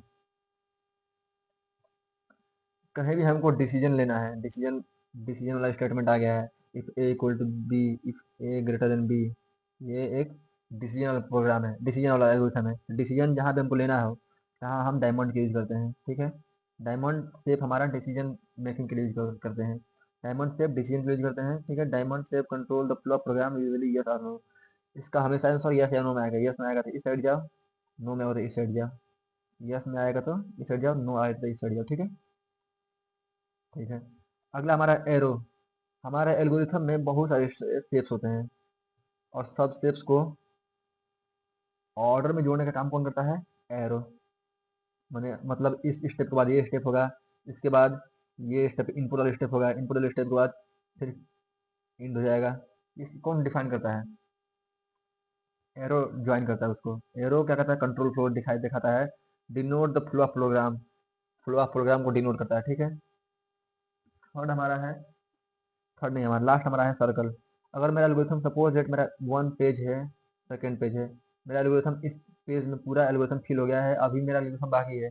यहाँ पे हम छोटा सा सर्कल बनाते हैं और इस पेज में छोटा सर्कल बनाएंगे, जो कि इस एल्गोरिथम को, इस फ्लोचार्ट को और इस फ्लोचार्ट को ज्वाइन करने का काम होता है। मतलब दो फ्लोचार्ट हैं और दो पेज पे चले गए हैं, तो दोनों को ज्वाइन करने का काम कौन आ करेगा? कनेक्टर सिंबल या फिर सर्कल सिंबल। सर्कल को बोलते हैं ऑन पेज कनेक्टर। पेज को कनेक्ट करने का काम करेगा। Use to connect two or more pages और पार्ट ऑफ प्रोग्राम। पार्ट किसी प्रोग्राम या फिर एल्गोरिथम का दो पार्ट हो गया है या अधिक पार्ट हो गया है, उसको ज्वाइन करने का काम कौन करता है? सर्कल ऑपरेटर, फिर सर्कल सिंबल, ठीक है। Moving on to the next topic. यहाँ पर देखते हैं एल्गोरिथम हम, हमारा एल्गोरिथम देखते हैं, इसके लिए जो ये क्वेश्चन जो प्रीवियस ईयर में पूछा जा चुका है। What is an algorithm? Algorithm क्या होता है? एल्गोरिथम क्या होता है ऊपर हम पढ़ चुके हैं। Write an algorithm and flow chart for sum of digit of given number. मतलब हमको एक नंबर दिया रहेगा, उसके डिजिट को सम करके हमको लाना है, जैसे 21336। इसके लिए हमको एल्गोरिथम दिखाना है, जिसमें हमें इनपुट ये दें तो आउटपुट हमारा ये है, ठीक है। तो इसके लिए कैसे एल्गोरिथम लिखेंगे, कैसे सब करेंगे हम देखते हैं, ठीक है। स्टेप वन में स्टार्ट। किसी भी एल्गोरिथम का फर्स्ट स्टेप और लास्ट स्टेप सेम होता है, स्टार्ट और स्टॉप। फर्स्ट स्टेप स्टार्ट और लास्ट स्टेप स्टॉप, ठीक है। सेकेंड स्टेप में हम डिक्लेयर करेंगे वेरिएबल, जो जो वेरिएबल हमारे पूरे प्रोग्राम में यूज होगा। तो पहला वेरिएबल हमारा है नम, जिसमें नंबर को इनपुट लेंगे वो होगा हमारा नम। जिसमें रिजल्ट आएगा उसको कर दिए सम इक्वल टू 0। और एक रिमाइंडर जो हमारा है इंटरमीडिएट रिजल्ट को स्टोर करने का काम आएगा, उसको आगे देखते हैं हम पहले यूजर से कहें, यूजर को इनपुट दिएगा आप एक नंबर एंटर करिए। यूजर से कहें आप एक नंबर एंटर करिए, तो यूजर यहाँ पर नंबर एंटर करेगा 123। सपोज दैट 123 एंटर किया यूजर, ठीक है। उसके अगले स्टेप में हम कहें, जो यूजर नंबर इनपुट किया हम उसको नम वेरिएबल में इनपुट ले लिए, यहाँ पर नम वेरिएबल में उसको इनपुट ले लिए, स्टेप 4 में नम वेरिएबल में इनपुट ले लिए। और स्टेप 5 में यहाँ पर वाइल लूप लगा है, जिसको हम आगे पढ़ेंगे अच्छे से। लेकिन इस वाइल लूप के अंदर क्या काम हो रहा है वो देखते हैं। पहले हम किए हैं R E M equal to num percent 10। मतलब रिमाइंडर वेरिएबल के अंदर जो यहाँ पर आर ई एम लिखे के अंदर क्या आएगा? नम परसेंट 10, 1 2 3% 10, क्योंकि नम के अंदर क्या है इस समय? नम के अंदर 1 2 3 है। 1 2 3 के अंदर नम के अंदर क्या चलेगा? नम के अंदर ये है फिलहाल में। हम नम को डिवाइड कर दिए 10 से। कौन सा डिवीजन? Modulo division. इसका रिजल्ट हमेशा आता है लास्ट वाला अंक या फिर रिमाइंडर। रिमाइंडर अगर 10 से डिवाइड करते हैं रिमाइंडर क्या आएगा? 3। तो आर ई एम के अंदर 3 चला गया। अब सम में क्या किए? सम प्लस रिमाइंडर। सम का मान स्टार्टिंग में क्या था? सम का मान 0 था, 0 प्लस 3 कर दिए, सम का मान हो गया 3। तो हमको फिलहाल में भी ये डाटा याद रखना है। सम का मान हो गया 3 और नम का मान हो गया नम। यहाँ पे लिखा num equal to num divide by 10। Num को 10 से डिवाइड करेंगे। नम का मतलब मान है 1 2 3। 1 2 3 को अगर हम 10 से डिवाइड करते हैं यहाँ पर, तो हमारा आंसर आ जाएगा 12.3। तो पॉइंट के बाद वाली वैल्यू हमको लेनी नहीं होती, इसलिए हम 12.12 आ जाएगा, ठीक है। तो यहाँ पर हमको ये डाटा स्टोर करना है, रियल डाटा। कौन सा? ये वाला, ये वाला, बस। तो इसको शुरू से फिर से लिखते हैं हम। फर्स्ट स्टेप में नम का मान था, नम का मान था 1 2 3, ठीक है। और सम का मान था 0, ठीक है। जब फर्स्ट, ये इनिशियल था, जब फर्स्ट पास हुआ नम का मान हो गया 1 2 सम का मान हो गया 3। अब सेकंड स्टेप में फिर यही काम दोबारा होगा क्योंकि लूप वाला है। फिर रिमाइंडर में नम को 10 से डिवाइड करेंगे, नम को फिर 10 से डिवाइड किए और 12 को 10 से डिवाइड किए मॉडुलो डिवीजन। तो इसका आंसर हमेशा रिमाइंडर आता है, इसका रिमाइंडर का 2, इसका रिमाइंडर का 2। और फिर क्या करें, sum equal to sum plus remainder, sum equal to, अब सम करने क्या है, सम प्लस रिमाइंडर। सम का मान पर क्या है 3, 3 प्लस रिमाइंडर क्या है 2, 5। फिर सम के अंदर 5 हो गया, इस वैल्यू को फिर से अपडेट करेंगे, सम के अंदर 5 अपडेट करेंगे। और फिर नेक्स्ट स्टेप है num divide by 10, num divide by 10 मतलब 1 2 को 10 से डिवाइड करेंगे, नॉर्मल डिवीजन करेंगे, नॉर्मल डिवीजन करेंगे तो 1.2 आएगा, जिसमें हम पॉइंट हटा देंगे तो इस बार 1 आ जाएगा। तो ये दो वैल्यू स्टोर करनी है हमको। नम का मान हो जाएगा 1, नम का मान हो जाएगा 1 और सम का मान 3 + 2 5। ठीक है, अगर आप यहाँ पे ध्यान से देखें तो हम क्या कर रहे हैं, और यहाँ पे ध्यान से आप देखें तो हम यहाँ पे सिंपल ये कर रहे हैं कि पहले हम नंबर लिए, उसको तोड़ दिए। यहाँ पर नंबर को तोड़े तो नंबर 1 2 हो गया, और 3 जो पार्ट आया है तो 3 को जोड़ दिए सम में, 3 सम में जोड़ दिया। अगले स्टेप में 1 2 को फिर तोड़ेंगे तो 2 बचेगा, 2 को फिर जोड़ दिए हैं सम में, 3 + 2 5 हो गया। फिर अगले स्टेप में 1 बचेगा, 1 जोड़ देंगे 5 में तो हो जाएगा 6, और नम का मान हो जाएगा 0। अगले स्टेप में नम अगले स्टेप में ये वाला अगर स्टेप लगाते हैं तो रिमाइंडर का मान हो जाएगा num divide by 10, num divide by 10 मतलब नम का मान 1 था, यहाँ पर 1 को अगर 10 से डिवाइड करते हैं तो हमारा रिमाइंडर 1 आएगा, नम को रिमाइंडर 1 आएगा। और सम का मान क्या हो जाएगा, सम का मान होता है सम प्लस रिमाइंडर, सम का मान सम प्लस रिमाइंडर। सम हमारा पहले से 5 है प्लस रिमाइंडर 1 आया, 5 + 6। तो हमारे देखेंगे डिजायर आउटपुट आउटपुट आ जा रहा है, 1 2 3 इनपुट लिए थे, हमारा हमारा आउटपुट 6 आ रहा है इस एल्गोरिथम के हिसाब से। अगर आपको अच्छे से समझ में ना आए फिलहाल में तो कोई बात नहीं है, क्योंकि इसको हम अगले चैप्टर में अच्छे से देखेंगे। ये समझिए कि बस स्टेप बाय स्टेप काम किए हैं, इतना हम बस ये किए हैं, नंबर को हम 3 प्रोसेस में इसको सॉल्व किए हैं। पहले नंबर को हम डिवाइड किए हैं, वर्ड बाय वर्ड तोड़े हैं, डिजिट बाय डिजिट, और सेकेंड स्टेप में इसको सम कर दिए हैं, और थर्ड स्टेप में नंबर को कम कर दे गए हैं। फर्स्ट स्टेप में इसको कम कर दिए हैं, सेकंड स्टेप में इसको कम कर दिए हैं, और थर्ड स्टेप में इसको कम कर दिए हैं। ठीक है, ठीक है।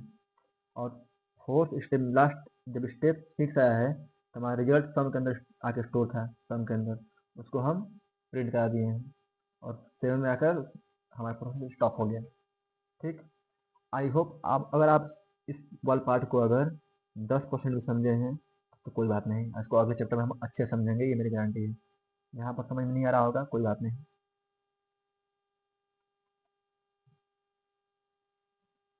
अब हम मूव करते हैं अपने नेक्स्ट टॉपिक पर। टॉपिक हमारा सूडो कोड। सूडो कोड क्या होता है, ये भी अक्सर 2 नंबर पूछ लेता है, इसलिए मैंने इसको इंक्लूड कर लिया। सूडो कोड क्या होता है, pseudo code is simple way to writing down the steps of computer program using plain language without worrying about the strict rules of programming language. Pseudo code क्या होता है, हमारी जो प्रोग्रामिंग लैंग्वेज है उसको हम नॉर्मल लैंग्वेज में अपने लैंग्वेज में लिखते हैं, उसको बोलते हैं सूडो कोड। ठीक है, मतलब कोई काम करना है हमको, कोई प्रोग्राम लिखना है, या फिर कोई हमको टास्क करना है, उसको अपने लैंग्वेज में लिखना हो हमको, तो हम किसका यूज करते हैं, सूडो कोड का। ठीक है, एग्जाम्पल क्या है, if you want to write a program that add 2 number, अगर हमको 2 नंबर का प्रोग्राम को ऐड करना है, 2 नंबर को जोड़ने वाले को, तो उसका सूडो कोड क्या हो सकता है। सूडो कोड ये हो सकता है, ask the user for first number, user से फर्स्ट नंबर के लिए मांगे, मैंने यूजर से फर्स्ट नंबर मांगे, फिर यूजर से सेकंड नंबर मांगे, फिर then add 2 number together and show the result. ये हमारा सूडो कोड ये हो गया। तो इस सूडो कोड में हमको स्ट्रिक्ट रूल्स, मतलब रूल्स कोई नहीं होता है, जैसे प्रोग्रामिंग लैंग्वेज में रूल्स होता है कि आपको ऐसे ही लिखना है, लेकिन सूडो कोड में रूल्स नहीं होता है। इसमें रफ लैंग्वेज हम यूज करते हैं किसी भी प्रॉब्लम को सॉल्व करने के लिए। ठीक है, आई थिंक आपको समझ में आया होगा, सूडो कोड आसान है। सूडो कोड एक सिंपल वे है, सूडो कोड एक सिंपल वे है अपने स्टेप को राइट करने का। इसमें हम किसी भी रूल के बारे में वरी नहीं करना है, रूल के बारे में चिंता नहीं करना है, स्टेप रूल के बारे में जो प्रोग्रामिंग लैंग्वेज के अंदर होती है। ठीक है, ठीक है। सोर्स कोड क्या होता है, source code is set of instruction और command written by programmer using programming language. Programming language के अंदर सोर्स कोड होता है हमारा, प्रोग्रामिंग लैंग्वेज के अंदर हम कुछ प्रोग्राम लिख दिए, कुछ कोड लिख दिए, उसी को बोलते हैं सोर्स कोड। ठीक है, सोर्स कोड किसी भाषा में लिख सकते हैं, पाइथन, जावा, सी, सी प्लस प्लस। ठीक, और सोर्स कोड कौन लिखता है, प्रोग्रामर, आप लोग भी प्रोग्रामर बन रहे हैं। ठीक है, सोर्स कोड एग्जाम्पल हो गए जैसे include studio, include conio, dot H, void main, print F, ये सब इस होल को मिला के हम क्या बोलेंगे, सोर्स कोड। ठीक है, ठीक है। सोर्स कोड क्या होता है, सेट ऑफ इंस्ट्रक्शन होता है जो कि किसी लैंग्वेज में लिखा जाता है प्रोग्रामर द्वारा। ठीक है, it is the human readable version of program, it is the human readable version of program that tell computer what to do. Computer का क्या करना है वो इस प्रोग्राम के अंदर लिखा होता है, लेकिन ये प्रोग्राम ह्यूमन रीडेबल होता है, जिसको ह्यूमन आसानी से पढ़ सकते हैं। ठीक, ठीक, वेरी सिंपल। ये भी 2 नंबर में पूछ देता है, ये भी 2 नंबर में पूछ देता है, तो आप ध्यान रखेंगे। और मूव करते हैं अपने नेक्स्ट टॉपिक के अंदर। और ये क्वेश्चन पूछा जाता है, अक्सर पूछ देता है ये question, structure of C program. C program का स्ट्रक्चर क्या करता है, सी प्रोग्राम में क्या क्या चीज़ होती है। सी प्रोग्राम का स्ट्रक्चर, इतना सब पढ़ने से पहले हम पहले एग्जाम्पल जाएंगे, एग्जाम्पल से सब देखेंगे। ठीक है, एग्जाम्पल से सब चीज़ देखने की कोशिश करते हैं। ये हमारा एग्जाम्पल है, अब इसमें सब देखेंगे, फिर जाकर हम थ्योरी पढ़ेंगे। ये मेरा एक सिंपल सी प्रोग्राम है। ठीक है, इसी प्रोग्राम में देखेंगे पहला स्टेप है head check include studio dot h, include studio. इसको बोलते हैं प्री प्रोसेस डायरेक्टिव। प्रोग्राम के पहले जितना भी चीज़ हैश टैग में लिखा गया है उसको बोलते हैं प्री प्रोसेसर डायरेक्टिव्स। ठीक है, जितना हैश टैग में लिखा गया है उसको बोलते हैं प्री प्रोसेसर डायरेक्टिव, और उसका काम क्या होता है वो भी हम पढ़ेंगे। ठीक, फिर आता है ग्लोबल वेरिएबल आता है, यहाँ पर आता है ग्लोबल वेरिएबल, यहाँ पर लिखा नहीं है लेकिन आता है ग्लोबल वेरिएबल। वो ऑप्शनल होता है, या तो उसको चाहे जोड़ सकते हैं या फिर नहीं जोड़ सकते हैं, वो ऑप्शनल होता है। लेकिन प्री प्रोसेस डायरेक्टिव ये नेसेसरी होता है, ऑप्शनल नहीं होता है। फिर आएगा global variable declaration. Global variable declare करते हैं, क्यों करते हैं वो भी आगे पढ़ेंगे अभी। फिर आता है मेन फंक्शन। मेन फंक्शन वो फंक्शन होता है जहाँ से हमारा एक्चुअल प्रोग्राम एग्जीक्यूट होता है। हमारा कंप्यूटर प्रोग्राम रीड करना शुरू करता है मेन फंक्शन से। ठीक है, अब मेन फंक्शन के अंदर मेन लिखा हुआ जरूरी है। ठीक, और ये भी मैंडेटरी होता है, हर प्रोग्राम में एक ना एक मेन फंक्शन होगा ही होगा, एक मेन फंक्शन तो होगा ही होगा। फिर उसके अंदर आती है लोकल वेरिएबल डिक्लेरेशन। वो वेरिएबल जो मेन फंक्शन का डिक्लेयर होता है उसको बोलते हैं लोकल वेरिएबल डिक्लेरेशन। ठीक है, उसके बाद बॉडी ऑफ प्रोग्राम आ जाएगी, प्रोग्राम में जो हम लिखना चाहते हैं वो बॉडी ऑफ प्रोग्राम, जिसके अंदर स्टेटमेंट्स आते हैं, और उसके बाद हमारा प्रोग्राम बंद हो जाएगा। ठीक है, अब इसी बात को अच्छे से पढ़ते हैं थ्योरी के हिसाब से।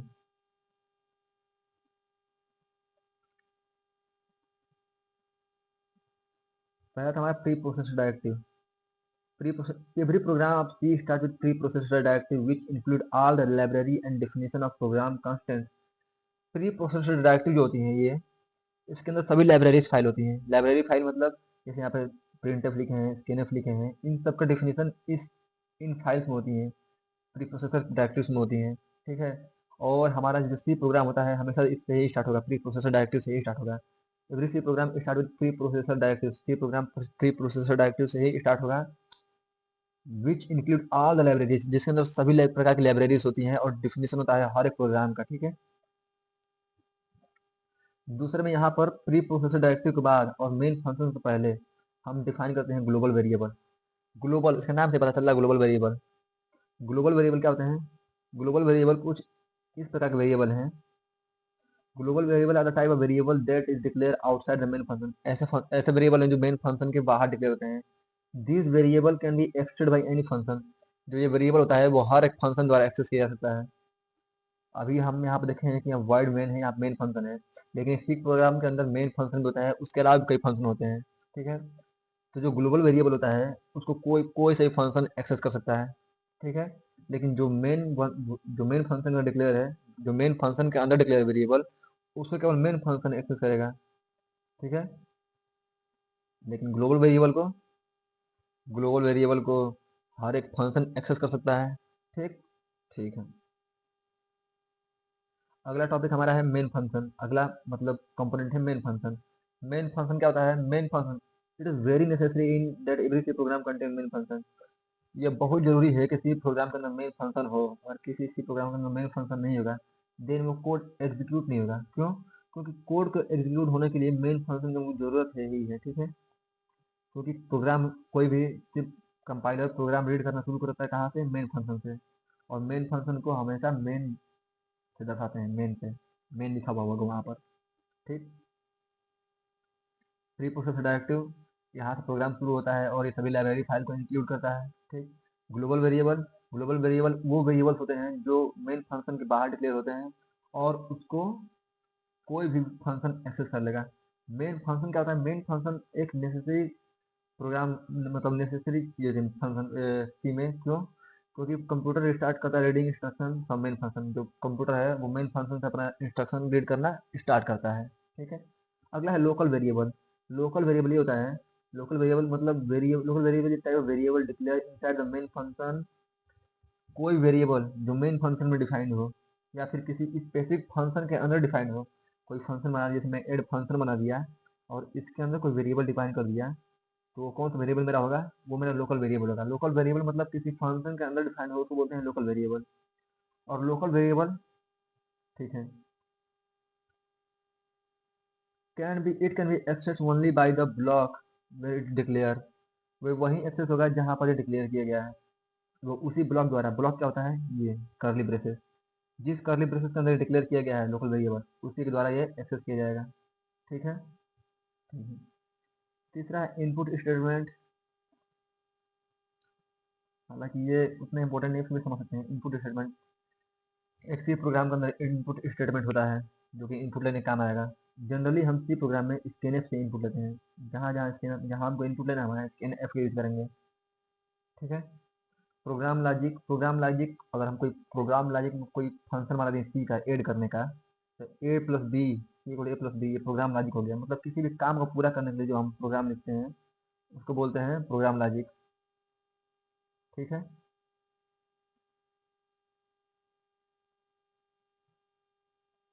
ठीक है। और अगला क्या है हमारा? आउटपुट। और हमको अगर आउटपुट दिखाना है सी में, तो आउटपुट दिखाने के लिए हम प्रिंटफ यूज करते हैं। प्रिंटफ यूज करते हैं आउटपुट दिखाने के लिए। प्रिंटफ यूज करके इसके अंदर कुछ भी लिखेंगे तो हमारे डिस्प्ले पर प्रिंट होके आएगा, कंसोल पर प्रिंट होके आएगा। Okay. Okay, very easy. Example देख लिए हैं इसका, आप समझते हैं। ऊपर आगे पढ़ते हैं क्या है। अगर आपको ये समझ में नहीं आया हो, समझ में आ गया होगा, और नहीं आया हो तो आप कमेंट कर सकते हैं। अगला टॉपिक हमारा है सिंटेक्स एरर। एरर क्या होता है? अगर हम प्रोग्रामिंग लैंग्वेज में कोई प्रोग्राम लिख रहे हैं तो प्रोग्राम लिखने के नियम होते हैं, प्रोग्राम लिखने के कुछ प्री डिफाइंड रूल्स होते हैं। Syntax error is a mistake in the way you write a code. Every programming language has specific rules for how code should be written. If you break the rule, then computer would not understand your code and will give you syntax error. कहने का मतलब ये है, syntax error वो error होता है जो हम अगर कोई प्रोग्राम लिख रहे हैं तो लिखने में कुछ गलती कर दें। कोई भी सी प्रोग्राम है, सी प्रोग्राम नहीं, कोई भी प्रोग्राम है, कोई भी लैंग्वेज है, उसका पहले से डिफाइंड एक टेम्पलेट है कि आप इस टेम्पलेट में ही आप कोई प्रोग्राम लिखेंगे। ठीक है। अगर आप उस रूल्स को तोड़ते हैं, देन वो प्रोग्राम आपके लैंग्वेज को या फिर आपके कोड को एक्सेप्ट नहीं करेगा और वो एक एरर थ्रो करेगा जिसको बोलते हैं सिंटेक्स एरर। सिंटेक्स एरर को ऐसे समझ सकते हैं कि हमको कोडिंग लिखने में जो एरर हो रही है, प्रोग्राम लिखने में जो एरर हो रही है, प्रोग्राम लिखने में कोई गलती कर दी है, उसको बोलते हैं सिंटेक्स एरर। जैसे एग्जाम्पल देख सकते हैं यहाँ पर, एक एग्जाम्पल में दिखाया यहाँ पर। जैसे int x equal to five, x equal to five तो ठीक है, प्रिंट एफ एक्स कर दिए। ठीक है। यहाँ पे int x equal to five कर दिए, लेकिन यहाँ पे सेमी कोलन नहीं लगाए हैं। और सी का नियम होता है कि अगर कोई भी स्टेटमेंट टर्मिनेट हो रहा है तो उसके लास्ट में ये लगाना जरूरी है, सेमी कॉलन लगाना जरूरी है, जो कि सेमी कॉलन सिंबल ये है। अगर सेमी कॉलन नहीं लगा रहे हैं तो हमारा एरर थ्रो करेगा। तो ये है कि हमारा सिंटेक्स एरर हो गया। ठीक है। जो सिंटेक्स एरर होती हैं वो कंपाइल टाइम में चेक हो जाती हैं। जो सिंटेक्स एरर होती हैं और प्रोग्राम को हम कंपाइल करते हैं कंट्रोल पर F9 से, तो उस टाइम भी चेक हो जाएंगी। ठीक। ठीक है। दूसरा है लॉजिकल एरर। लॉजिकल एरर क्या है?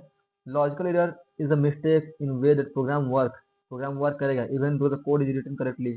कोड भी हमारा सही रन कर रहा है, कोड भी करेक्टली रिटर्न है और प्रोग्राम वर्क कर रहा है, नो सिंटेक्स एरर, इसके अंदर कोई सिंटेक्स एरर नहीं है। It happen when the program run without crashing but does not produce the expected result. Suppose that आप बना रहे हैं प्रोग्राम ऐड का, आप जोड़ने का प्रोग्राम बना रहे हैं और आपका रिजल्ट में मल्टीप्लाई का मतलब ए प्लस बी मतलब 5 + 6 आपको 11 आना चाहिए था, लेकिन आपके रिजल्ट में 5 × 6 हो गया है बाई मिस्टेक, तो आपका आंसर 30 आएगा। आपका रिजल्ट एक्सपेक्ट कर रहे थे 11, लेकिन आपका आउटकम आया 30। ये लॉजिकल एरर हो गया क्योंकि मेरा लॉजिक गलती यहाँ पे हो गया है ना, इसको बोलते हैं लॉजिकल एरर।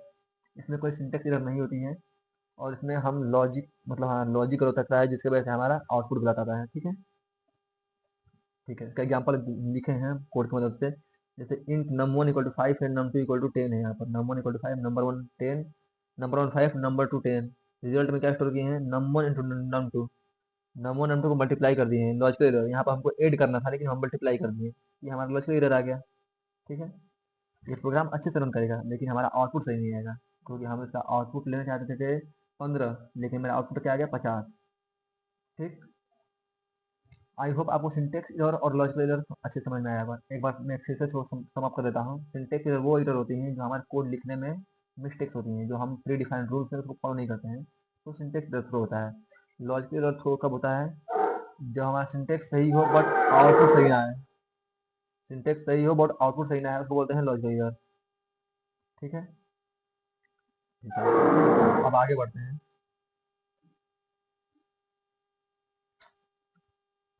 अब आगे बढ़ते हैं हमारा component of C language. C language के कौन कौन से कंपोनेंट हैं, और ये बहुत इंपॉर्टेंट है। क्यों, क्योंकि अगर ये समझ में आएगा तो हम आगे के चैप्टर अच्छे से समझ पाएंगे। और ये उतना मतलब हार्ड नहीं है, बहुत इजी है, आप इसको अच्छे से समझ सकते हैं, बस थोड़ा ध्यान से सुनना है और कुछ नहीं। आप सुनिए और समझाने का काम तो मेरा है। ठीक है, सी लैंग्वेज कंपोनेंट कौन कौन से हैं। सी लैंग्वेज बहुत सारे, C language, C programming language is made up of several, C language जो है मेड ऑफ सेवरल की component that work together to create program. C language में प्रोग्राम बनाने के लिए बहुत सारी चीज़ का यूज होता है, बहुत सारी चीज़ों से मिलकर बहुत सारे कंपोनेंट से मिलकर सी प्रोग्राम बना है। कौन कौन से कंपोनेंट उसको पढ़ते हैं। ठीक है, पहला है मेरा कीवर्ड। कीवर्ड क्या आता है, these are the special word reserve by C language that have specific meaning. C language में कीवर्ड वो ऐसे वर्ड होते हैं जो पहले से रिजर्व होते हैं, मतलब इसका यूज हम वेरिएबल बनाने के रूप में नहीं कर सकते हैं। सी में जो कुछ रिजर्व वर्ड जैसे इंट हो गया, इंट ये डिफाइन करता है कि हमारा वेरिएबल जो है इंटीजर है। ये इफ हो गया, एल्स हो गया, रिटर्न हो गया, फॉर हो गया, वाइल हो गया, इस कीवर्ड है। अगर हम कोई वेरिएबल बनाने जाएं, इस नाम से हम कोई वेरिएबल बनाने जाएं तो वो वेरिएबल नहीं बनेगा, रिजर्व कीवर्ड है। और इन सबका अपना अपना खुद का मीनिंग है जिसको हम आगे अच्छे से पढ़ेंगे, क्या क्या मीनिंग है सबका हम आगे अच्छे से पढ़ेंगे। तो कीवर्ड क्या होते हैं, कीवर्ड वो वैसे वर्ड होते हैं जो पहले से सी में डिफाइंड होते हैं और सबका कुछ ना कुछ मीनिंग होती है। ठीक है, और इसको हम वेरिएबल के रूप में यूज नहीं कर सकते हैं। You can not use the keyword as variable for any other purpose, इसको हम वेरिएबल के रूप में यूज नहीं कर सकते हैं। ठीक है, कीवर्ड का आई होप आपको कीवर्ड अच्छे से समझ में आया होगा।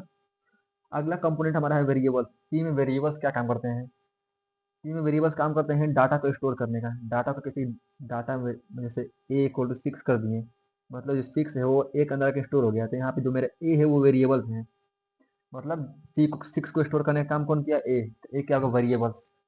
ठीक है, variable, variable like container to store data है। वेरिएबल होता है कंटेनर होता है जो कि डाटा को स्टोर करने का काम आता है। ठीक है, variable are like container that store data, data को स्टोर करने का काम आता है। Variable in C use to store data which may be modified in future. जो डाटा स्टोर कर रहे हैं वेरिएबल में, अभी ए इक्वल टू 6 है लेकिन आगे चल के ए इक्वल टू 7 क्या पता कर दें हम, मतलब सी में जो डाटा स्टोर होता है वेरिएबल के अंदर उसको हम फ्यूचर में चेंज कर सकते हैं। सेकेंड पॉइंट ये कह रहा है ईच वेरिएबल इज टाइप, और हर वेरिएबल कुछ ना कुछ टाइप होता है। ठीक है, टाइप कौन कौन होता है, इंट, फ्लोट, कैर, ये टाइप होते हैं, मतलब वेरिएबल कुछ ना कुछ प्रकार होता है। अगर डाटा मेरा नंबर में है 1 2 3 4 तो ये इंटीजर टाइप है, इंट टाइप है। अगर वेरिएबल मेरा पॉइंट में है तो ये फ्लोट टाइप है। अगर वेरिएबल मेरा ए बी सी में है तो ये मेरा कैरेक्टर टाइप है, कैरेक्टर टाइप है।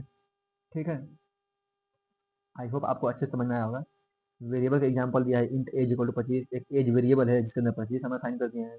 अगर हमको भविष्य में चेंज करना पड़ गया तो एज को हम 26 भी असाइन कर सकते हैं, 25 भी असाइन कर सकते हैं, जो हमको जरूरत पड़ेगी वो असाइन करेंगे हम। ठीक है, अब पहला हो गया कीवर्ड, दूसरा होगा वेरिएबल। कीवर्ड होता है रिजर्व वर्ड जिसका कुछ ना कुछ स्पेशल मीनिंग होगी और उसका वेरिएबल के रूप में हम यूज नहीं कर सकते हैं। दूसरा है वेरिएबल्स। वेरिएबल्स का होता है, वेरिएबल होता है कंटेनर जिसमें हम डाटा को स्टोर करते हैं और फ्यूचर में हम कुछ ना कुछ उसमें चेंज कर देंगे अपने नीड के अनुसार। Third data type. Data type क्या होता है, इसका नाम ही इसको डिफाइन करता है। और डाटा टाइप को हम समझें, डाटा टाइप दो वर्ड से मिलकर बना है, डाटा प्लस टाइप। जो हम डाटा स्टोर कर रहे हैं वेरिएबल में वो किस टाइप का है वही बताता है data type.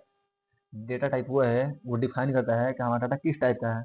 Data type define the type of data variable can hold. जो वेरिएबल मेरा डाटा को होल्ड किया है वो किस टाइप का है, वो हमें बताता है डाटा टाइप। ठीक है, कुछ भी याद करने की जरूरत नहीं है, बस समझेंगे तो हमको ऑटोमेटिक याद हो जाएगा।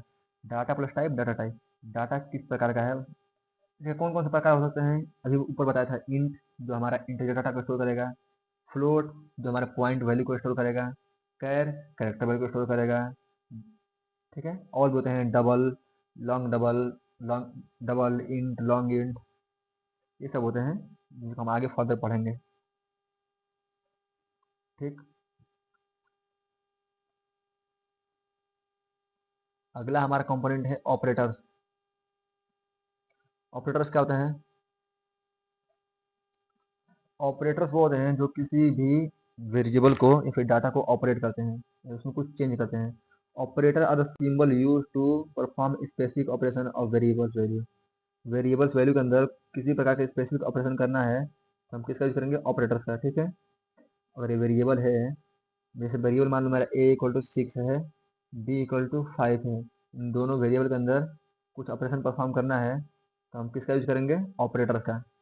जैसे कि ए प्लस बी कर दिए, कि मेरा ए और बी हमारा यहाँ पर ऑपरेंड का काम कर रहे हैं और जो प्लस है हमारा ऑपरेटर है। ठीक है, बस, very simple, as simple as that, बहुत इजी है। ठीक, अब आप पढ़ेंगे कांस्टेंट। कांस्टेंट क्या होता है, कांस्टेंट नाम से समझ में आता है फिक्स वैल्यू होती है जो कभी चेंज नहीं होगी, उसको बोलते हैं constant. Constant are fix value that can not, that never change. ठीक है, हमारा next and I think last topic हमारा यही है। हमारा नेक्स्ट टॉपिक क्या है, स्टोरेज क्लासेस। स्टोरेज क्लासेस को आप the one of the most important topic में जोड़ सकते हैं, बहुत ही इंपॉर्टेंट टॉपिक है स्टोरेज क्लासेस। और लोगों को बहुत हार्ड लगती है लेकिन बहुत इजी चीज़ है, इसको हम अच्छे से पढ़ेंगे। ठीक है, स्टोरेज क्लासेस। स्टोरेज क्लासेस क्या होती है, C storage classes define the scope, visibility, scope यानी visibility, storage and life time of a variable. मतलब एक वेरिएबल है, उसका स्कोप क्या है, मतलब स्कोप क्या होता है अभी पढ़ेंगे।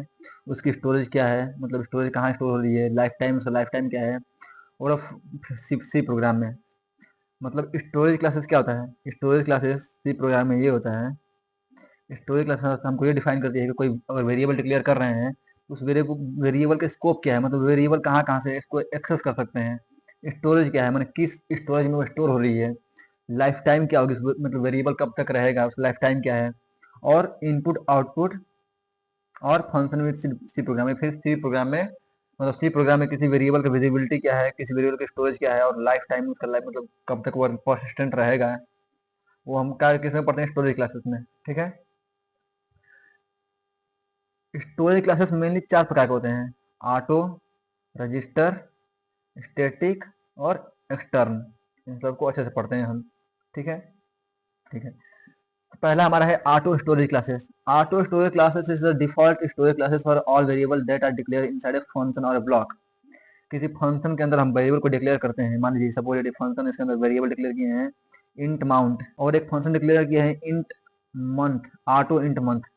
तो दोनों फंक्शन ऑटो ही हैं, मतलब ऑटो फंक्शन जो होता है बाय डिफॉल्ट किसी फंक्शन को डिक्लेयर करते हैं तो बाय डिफॉल्ट ऑटो ही होता है। ठीक है, auto is by default storage classes for all the variable data declare inside function और ब्लॉक। किसी फंक्शन के अंदर कोई हम, किसी फंक्शन के अंदर कोई हम डिक्लेयर करते हैं वेरिएबल, तो वो ऑटो में ही बाय डिफॉल्ट होता है। ठीक है, the default garbage value, the default value is garbage value. जो उसका डिफॉल्ट वैल्यू होती है,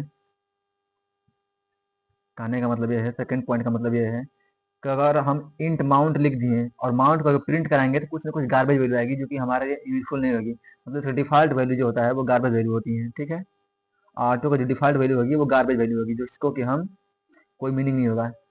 अगर इसको गार्बेज वैल्यू से बचाना है तो इसको हम कुछ ना कुछ असाइन करेंगे। ठीक है, ठीक है। Third, keyword auto is the keyword auto which is optional can be use to define local variables.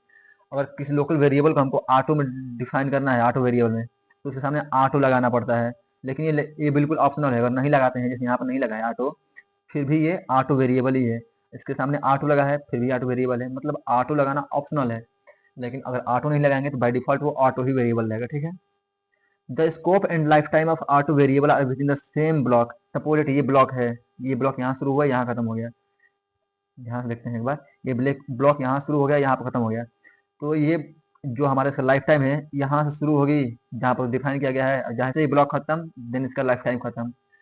ठीक है, बस मतलब जिस ब्लॉक में हम ऑटो को डिक्लेयर करते हैं उसी ब्लॉक तक उसकी लाइफ टाइम रहेगी, इस ब्लॉक के बाहर, इसी ब्लॉक के बाहर इसको हम एक्सेस नहीं कर सकते हैं, इस ब्लॉक के बाहर। ठीक है, ऑटो की वेरी ऑटो जो है उसका विजिबिलिटी या फिर स्कोप या फिर उसका लाइफ टाइम उस ब्लॉक तक ही रहेगा जिस ब्लॉक तक वो डिक्लेयर हुआ है। ठीक, ठीक है। दूसरा हमारा है register storage classes. Register storage classes क्या होता है? The register storage classes use to define the local variable that should be store in register instead of RAM. अच्छा, जितना यहाँ पर हम डिक्लेयर किए हैं ये सब रैम में स्टोर हुआ है, लेकिन जो हम रजिस्टर में डिक्लेयर करेंगे वो रजिस्टर में जाके स्टोर होता है। तो जो रजिस्टर वेरिएबल होते हैं, रजिस्टर वेरिएबल वो रजिस्टर में स्टोर होते हैं। ठीक है, रजिस्टर वेरिएबल हमेशा जाके रजिस्टर में स्टोर होते हैं, ना कि रैम में। This mean the variable has maximum size, this variable has maximum size equal to the register size. इसका मतलब ये है कि जितना रजिस्टर साइज होगा उतना ही उस वेरिएबल का साइज होगा। मतलब मैक्सिमम साइज वेरिएबल का कितना होगा?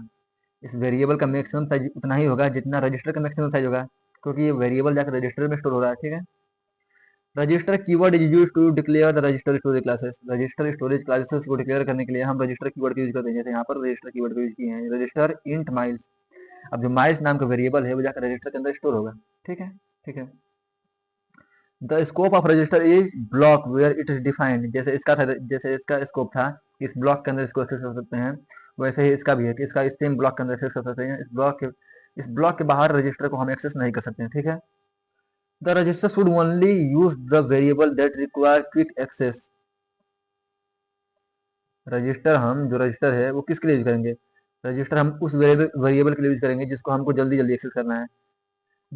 हम उस वेरिएबल के रजिस्टर डिफाइन करेंगे जिसको हम फास्टली एक्सेस करना है, क्योंकि रजिस्टर एक फास्ट मेमोरी होती है, और जिस वेरिएबल को हमको फास्टेस्ट एक्सेस करना है, क्विक एक्सेस करना है, उसके लिए हम रजिस्टर का यूज करते हैं। ठीक है, रजिस्टर वेरिएबल का यूज करते हैं।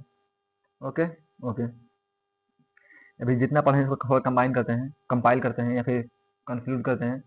स्टोरेज क्लासेस क्या होता है? स्टोरेज क्लासेस ये होता है कि जितना हम वेरिएबल डिक्लेयर किए हैं उसका स्कोप क्या होगा, इसको स्टोरेज में कहाँ स्टोर हो रहा है, उसकी लाइफ टाइम क्या है, ये डिफाइन करते हैं स्टोरेज क्लासेस में। ठीक है, auto storage classes, auto storage classes क्या होता है? Auto storage classes by default storage classes होता है। इस मतलब बाय डिफॉल्ट स्टोरेज क्लासेस होगा। इसको अगर हम डिफाइन नहीं करते हैं ऑटो लिख के तो भी ऑटो रहेगा। कोई वेरिएबल नॉर्मल डिफाइन किए तो ऑटो रहेगा। ऑटो वेरिएबल की लाइफ टाइम क्या होती है? लाइफ टाइम इसकी होती है इस ब्लॉक तक, जिस ब्लॉक में डिक्लेयर है उस ब्लॉक तक इसकी लाइफ टाइम होगी। इसको स्कोप क्या होता है? इसी ब्लॉक के अंदर इसको एक्सेस कर सकते हैं। इस ब्लॉक के बाहर जाकर इसको एक्सेस करने की कोशिश करेंगे तो हम एक्सेस नहीं कर पाएंगे, हमारा एरर आ जाएगा। Okay, okay, then continue to next topic.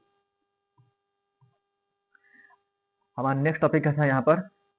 यहाँ पर था हमारा register classes, register storage classes. Register storage classes क्या होते हैं? रजिस्टर स्टोरेज क्लासेस के अंदर हमारा जो वेरिएबल होता है वो रजिस्टर के अंदर स्टोर होता है। किसके अंदर स्टोर होता है? रजिस्टर मेमोरी के अंदर। और रजिस्टर मेमोरी हमारी फास्ट होती है, तो रजिस्टर मेमोरी के अंदर वही वेरिएबल स्टोर होता है जो वही वेरिएबल स्टोर करेंगे जिसको हम फास्टली एक्सेस करना है। ठीक है, तो हमको पढ़ना है static storage classes. The static storage class is the instruct the compiler to keep local variable existence during the life cycle of program. कहने का मतलब ये है कि जो स्टैटिक स्टोरेज क्लास है वो कंपाइलर को ये कहता है कि जो हमारा डाटा है, जो हमारा वेरिएबल का डाटा है, उसको प्रोग्राम जब तक खत्म ना हो तब तक एग्जिस्ट करके रखो। The static storage classes instruct compiler, compiler कहता है keep local variable existence, local variable का एग्जिस्टेंस तब तक रखो during the life time of program, जब तक प्रोग्राम जिंदा है तब तक, मतलब जब तक प्रोग्राम रन कर रहा है तब तक उस वेरिएबल की लाइफ टाइम रहेगी। जब प्रोग्राम खत्म होगा तब वो वेरिएबल का स्कोप खत्म होगा। ओके, क्रिएटिंग एंड डिस्ट्रॉइंग इस टाइम, उसको हर बार बनाना हर बार खत्म करना ये इसमें नहीं होता है। मतलब कहने का मतलब ये है, मोटा मोटा ये समझें कि स्टैटिक स्टोरेज क्लास में अगर कोई वेरिएबल डिक्लेयर कर दी, जैसे कि यहाँ पर एक int equal to zero declare किए हैं, int count equal to zero, ये स्टैटिक में डिक्लेयर किए हैं। ठीक है, अगर इसमें कोई अपडेट करते हैं और ये फंक्शन दोबारा कॉल होगा तो उस फंक्शन में अपडेटेड वैल्यू आएगी। इसको अच्छे से समझने के लिए इस प्रोग्राम को ही देखते हैं अच्छे से, पहले इस प्रोग्राम को ही देखते हैं फिर हम आगे पढ़ने आ पाएंगे। अगर ये प्रोग्राम ध्यान से देखें तो हम क्या किए हैं, इस प्रोग्राम में सिंपली इंक्लूड स्टूडियो मतलब एक हम हेडर फाइल लिए हैं, फिर एक काउंटर नाम का वेरी फंक्शन लिए हैं। फंक्शन के बारे में आगे हम अच्छे से पढ़ेंगे। और इस फंक्शन के अंदर हम एक क्या किए हैं, इंट काउंट इक्वल टू 0, मतलब काउंट का मान 0 हम असाइन कर दिए हैं, जो कि काउंट जो है स्टेटिक वेरिएबल है, स्टेटिक वेरिएबल। यहाँ पर ध्यान दीजिएगा, काउंट हमारा स्टेटिक वेरिएबल है और काउंट की वैल्यू क्या है, 0 है। फिर काउंट को प्लस प्लस कर दिए हैं, मतलब काउंट को एक वैल्यू से इंक्रीमेंट कर दिए हैं, मतलब काउंट प्लस प्लस मतलब काउंट की वैल्यू 0 थी, यहाँ पर काउंट की वैल्यू 1 हो गई। ठीक है, और उसी काउंट को प्रिंट करा दिए हैं। ठीक, अब जब पहली बार इस काउंटर फंक्शन को कॉल कर रहे हैं तो काउंटर फंक्शन पहले 0 थी, जब एक बार कॉल किए तो काउंटर की वैल्यू क्या हो गई, काउंटर प्लस प्लस मतलब काउंट की वैल्यू 1 हो गई, 1 हो गई, और इसको प्रिंट करा दिया। अब जब सेकेंड बार कॉल करेंगे तो काउंट की वैल्यू 0 नहीं रहेगी, यहाँ पर काउंट की वैल्यू जो 0 थी यहाँ पर 0 नहीं रहेगी, फिर काउंट की वैल्यू हो जाएगी 1, जो पहले यहाँ पे स्टोर हुई है। अब फिर काउंट प्लस प्लस में 2 प्रिंट होगा। ठीक है, तो यहाँ पर क्या हुआ, पहली बार काउंट की वैल्यू 0 थी, लेकिन जब हमारा 1 अपडेट हुआ, जब काउंट की वैल्यू 1 हो गई, तो दोबारा जब प्रोग्राम कॉल किए तो 1 में 1 ऐड हुआ है, 1 में एक प्लस हुआ है, ना कि 0 में यहाँ। ठीक है, यही स्टैटिक वेरिएबल का काम होता है कि अगर कोई वेरिएबल डिक्लेयर कर दिए तो उसकी जो वैल्यू अपडेट हो रही है वो चेंज नहीं होगी, अपडेटेड वैल्यू चेंज नहीं होती है, updated value do not change. ठीक है, ये होती है किसकी काम, स्टैटिक वेरिएबल की। मतलब स्टैटिक नाम से पता चल रहा है, नाम से ही पता चल रहा है कि स्टैटिक वेरिएबल चेंज नहीं होता है। ठीक है, static variable instruct the computer compiler to keep local variable, local variable को तब तक रखेगा जब तक प्रोग्राम लाइफ टाइम उसकी है। ठीक है, इसको हम स्टैटिक कीवर्ड से दर्शाते हैं। जब स्टैटिक हमको वेरिएबल बनाना है तो उसको उसके लिए स्टैटिक कीवर्ड का यूज करते हैं, जैसे यहाँ पे स्टैटिक कीवर्ड का यूज किए हैं। ठीक है, life time of static variable still the program running various function call, जब तक उस फंक्शन कॉल प्रोग्राम का हो रहा है तब तक उसका लाइफ टाइम है, तब तक वो वेरिएबल रहेगा। ठीक है, एग्जाम्पल देख लीजिए। ठीक है, अब चौथा हमारा कौन सा है, external storage classes.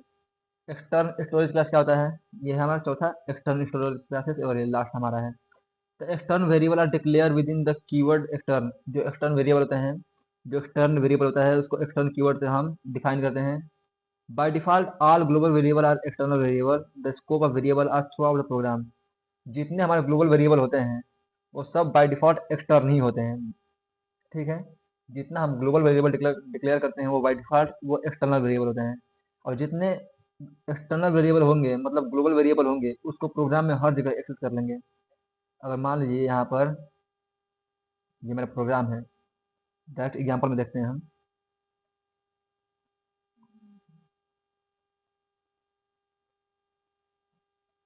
Suppose that ये मेरा प्रोग्राम है, प्रोग्राम में ये मेरा एक्सटर्नल वेरिएबल है, क्योंकि मतलब ग्लोबल वेरिएबल है। इस ग्लोबल वेरिएबल को हम किसी भी फंक्शन में एक्सेस कर सकते हैं, वाइड फंक्शन में भी एक्सेस कर लेंगे, अगर इसमें एक मेन फंक्शन रहता तो हम उसमें भी एक्सेस कर लेंगे। ठीक है, मतलब जो ग्लोबल वेरिएबल होता है उसको हम हर जगह एक्सेस कर सकते हैं। ठीक, तो वही कहा था मैं कि एक्सटर्नल वेरिएबल जो होते हैं वो बाय डिफॉल्ट ग्लोबल वेरिएबल होते हैं, बाय डिफॉल्ट ग्लोबल वेरिएबल होते हैं, एक्सटर्न कीवर्ड द्वारा इसे दर्शाते हैं, और उसको प्रोग्राम में थ्रू आउट प्रोग्राम इसको कहीं भी एक्सेस कर सकते हैं, थ्रू आउट प्रोग्राम इसको कहीं भी एक्सेस कर सकते हैं। ठीक है, ठीक, external variable are share the variable among multiple C files, जो एक्सटर्नल वेरिएबल्स होते हैं उसको मल्टीपल सी फाइल्स के अंदर भी हम शेयर कर सकते हैं। मतलब एक वेरिएबल, मान लीजिए आप मेरा फाइल बना है, कोई एक फाइल बना है डॉट सी और दूसरा फाइल डॉट सी है, तो दोनों में एक वेरिएबल दोनों में शेयर कर सकते हैं, मतलब इसका वेरिएबल इसके अंदर एक्सेस कर सकते हैं। ठीक है, external variable are store in the memory and their initial default value assign to 0, इसका जो इनिशियल वैल्यू होती है बाय डिफॉल्ट वैल्यू होती है वो 0 होती है। ठीक है, और ये मेमोरी में स्टोर होता है, मतलब मेन मेमोरी में स्टोर होता है। The value assign to external variable can be change in another program code block. कहने लास्ट पॉइंट का मतलब ये है, जो लास्ट वाला पॉइंट है ये, इसका मतलब ये है, मान लीजिए एक एक्सटर्नल वेरिएबल हम डिफाइन किए किसी एक फंक्शन में, किसी एक प्रोग्राम में, भैया मेरा एक दूसरा एक प्रोग्राम है, ये मेरा सेकेंड प्रोग्राम है, इसमें मैं कोई एक्सटर्नल वेरिएबल डिक्लेयर किया हूँ, एक्सटर्नल एक्स इक्वल टू 1 कर दिया हूँ, चाहूँ तो इस एक्स इक्वल टू 1 को यहाँ पर एक्स इक्वल टू 2 या कुछ भी कर सकता हूँ। ठीक है, तो मेन पॉइंट ये है यहाँ पर कि हम लोग डिफाइन किए इस फाइल में, चेंज कर रहे हैं दूसरे फाइल में। तो लास्ट पॉइंट का मतलब यही है, the value assign to external variable, जो वैल्यू असाइन एक्सटर्नल वेरिएबल को can be change in another program block, उसको अनदर प्रोग्राम ब्लॉक में चेंज कर सकते हैं। ठीक है, इसका की पॉइंट क्या क्या है? इसका की पॉइंट है declaration not definition extern use to declare the variable not the define it.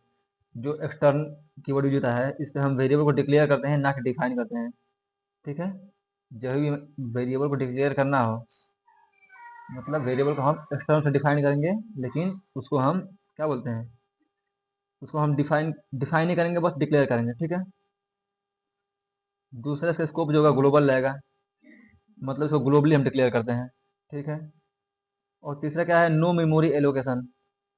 जब हम एक्सटर्न कीवर्ड यूज करते हैं तब उस समय कोई मेमोरी एलोकेट नहीं होती है, क्योंकि उस समय हम उसको डिफाइन नहीं कर रहे होते हैं। जब हम उसको डिक्लेयर कर रहे हैं तो उसमें मेमोरी एलोकेशन नहीं होगा, जब उसको डिफाइन करेंगे, उसकी कुछ वैल्यू देंगे, तब मेमोरी उसमें एलोकेशन होगा। ठीक है, ठीक है, एक बार फिर से कंपाइल कर लेते हैं हम लोग क्या क्या पढ़े हैं स्टोरेज क्लास में।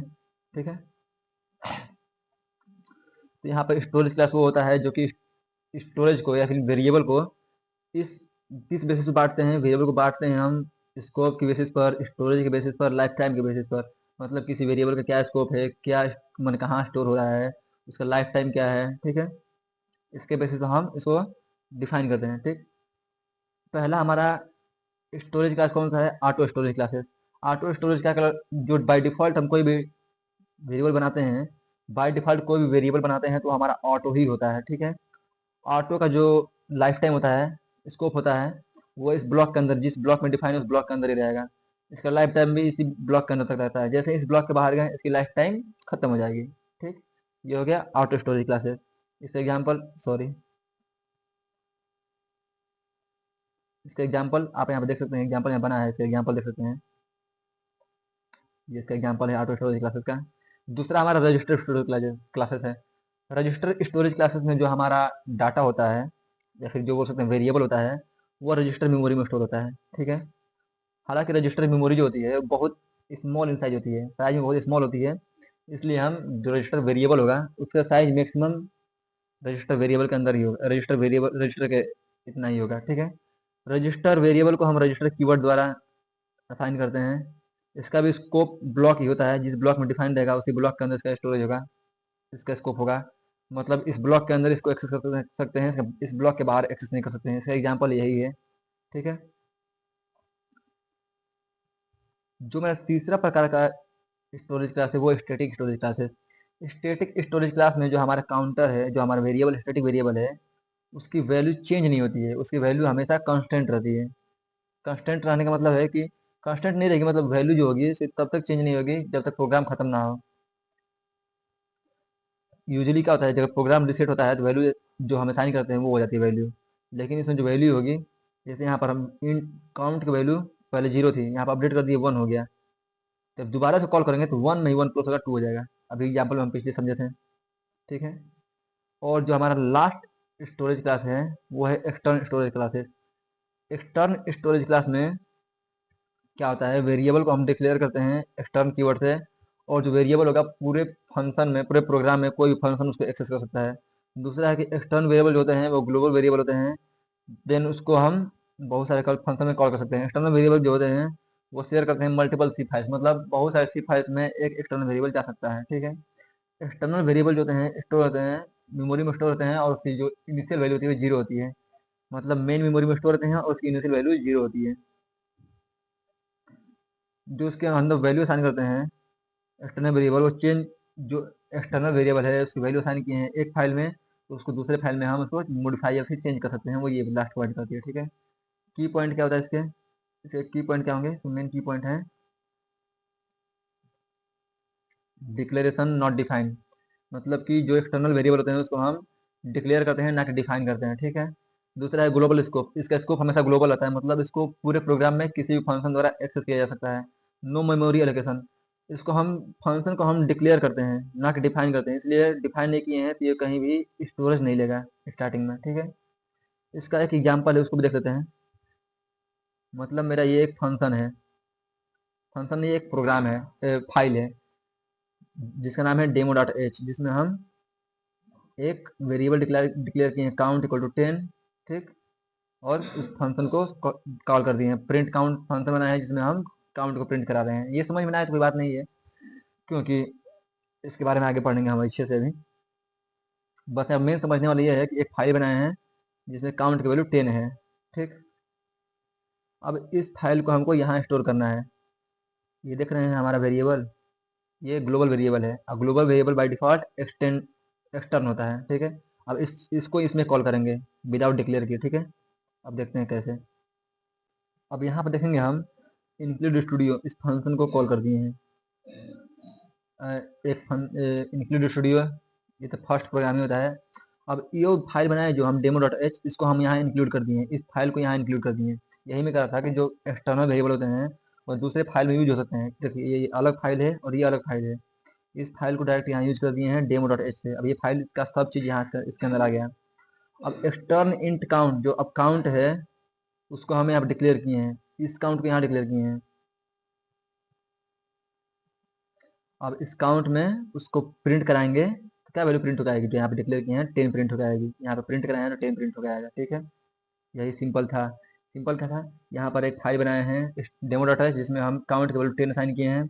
उस काउंट वैल्यू को यहाँ पे एक्सटर्न किए हैं, मतलब एक्सटर्नल जो एक्सटर्नल काउंट है उसके यहाँ पर वैल्यू आ गई, उस वैल्यू को यहाँ पर बस प्रिंट करा दिए हैं, वो प्रिंट हो गया। यही होता है एक्सटर्नल का काम। आई होप आपको अच्छे से समझ में आया होगा। अगर अच्छे से समझ में आया है तो वीडियो को लाइक कीजिए, चैनल को सब्सक्राइब कीजिए। और मेरा पहला वीडियो है तो आप फीडबैक दे सकते हैं कि मैं कहाँ कहाँ सुधार कर सकता हूँ। और बाकी कोई भी डाउट आए तो आप मुझे कमेंट सेक्शन में पूछ सकते हैं, मैं वहाँ पर बिल्कुल एक्टिव रहूँगा। ओके, और जल्द ही यूनिट 2 का वीडियो लाते हैं हम। तब तक के लिए चैनल को सब्सक्राइब कीजिए। धन्यवाद।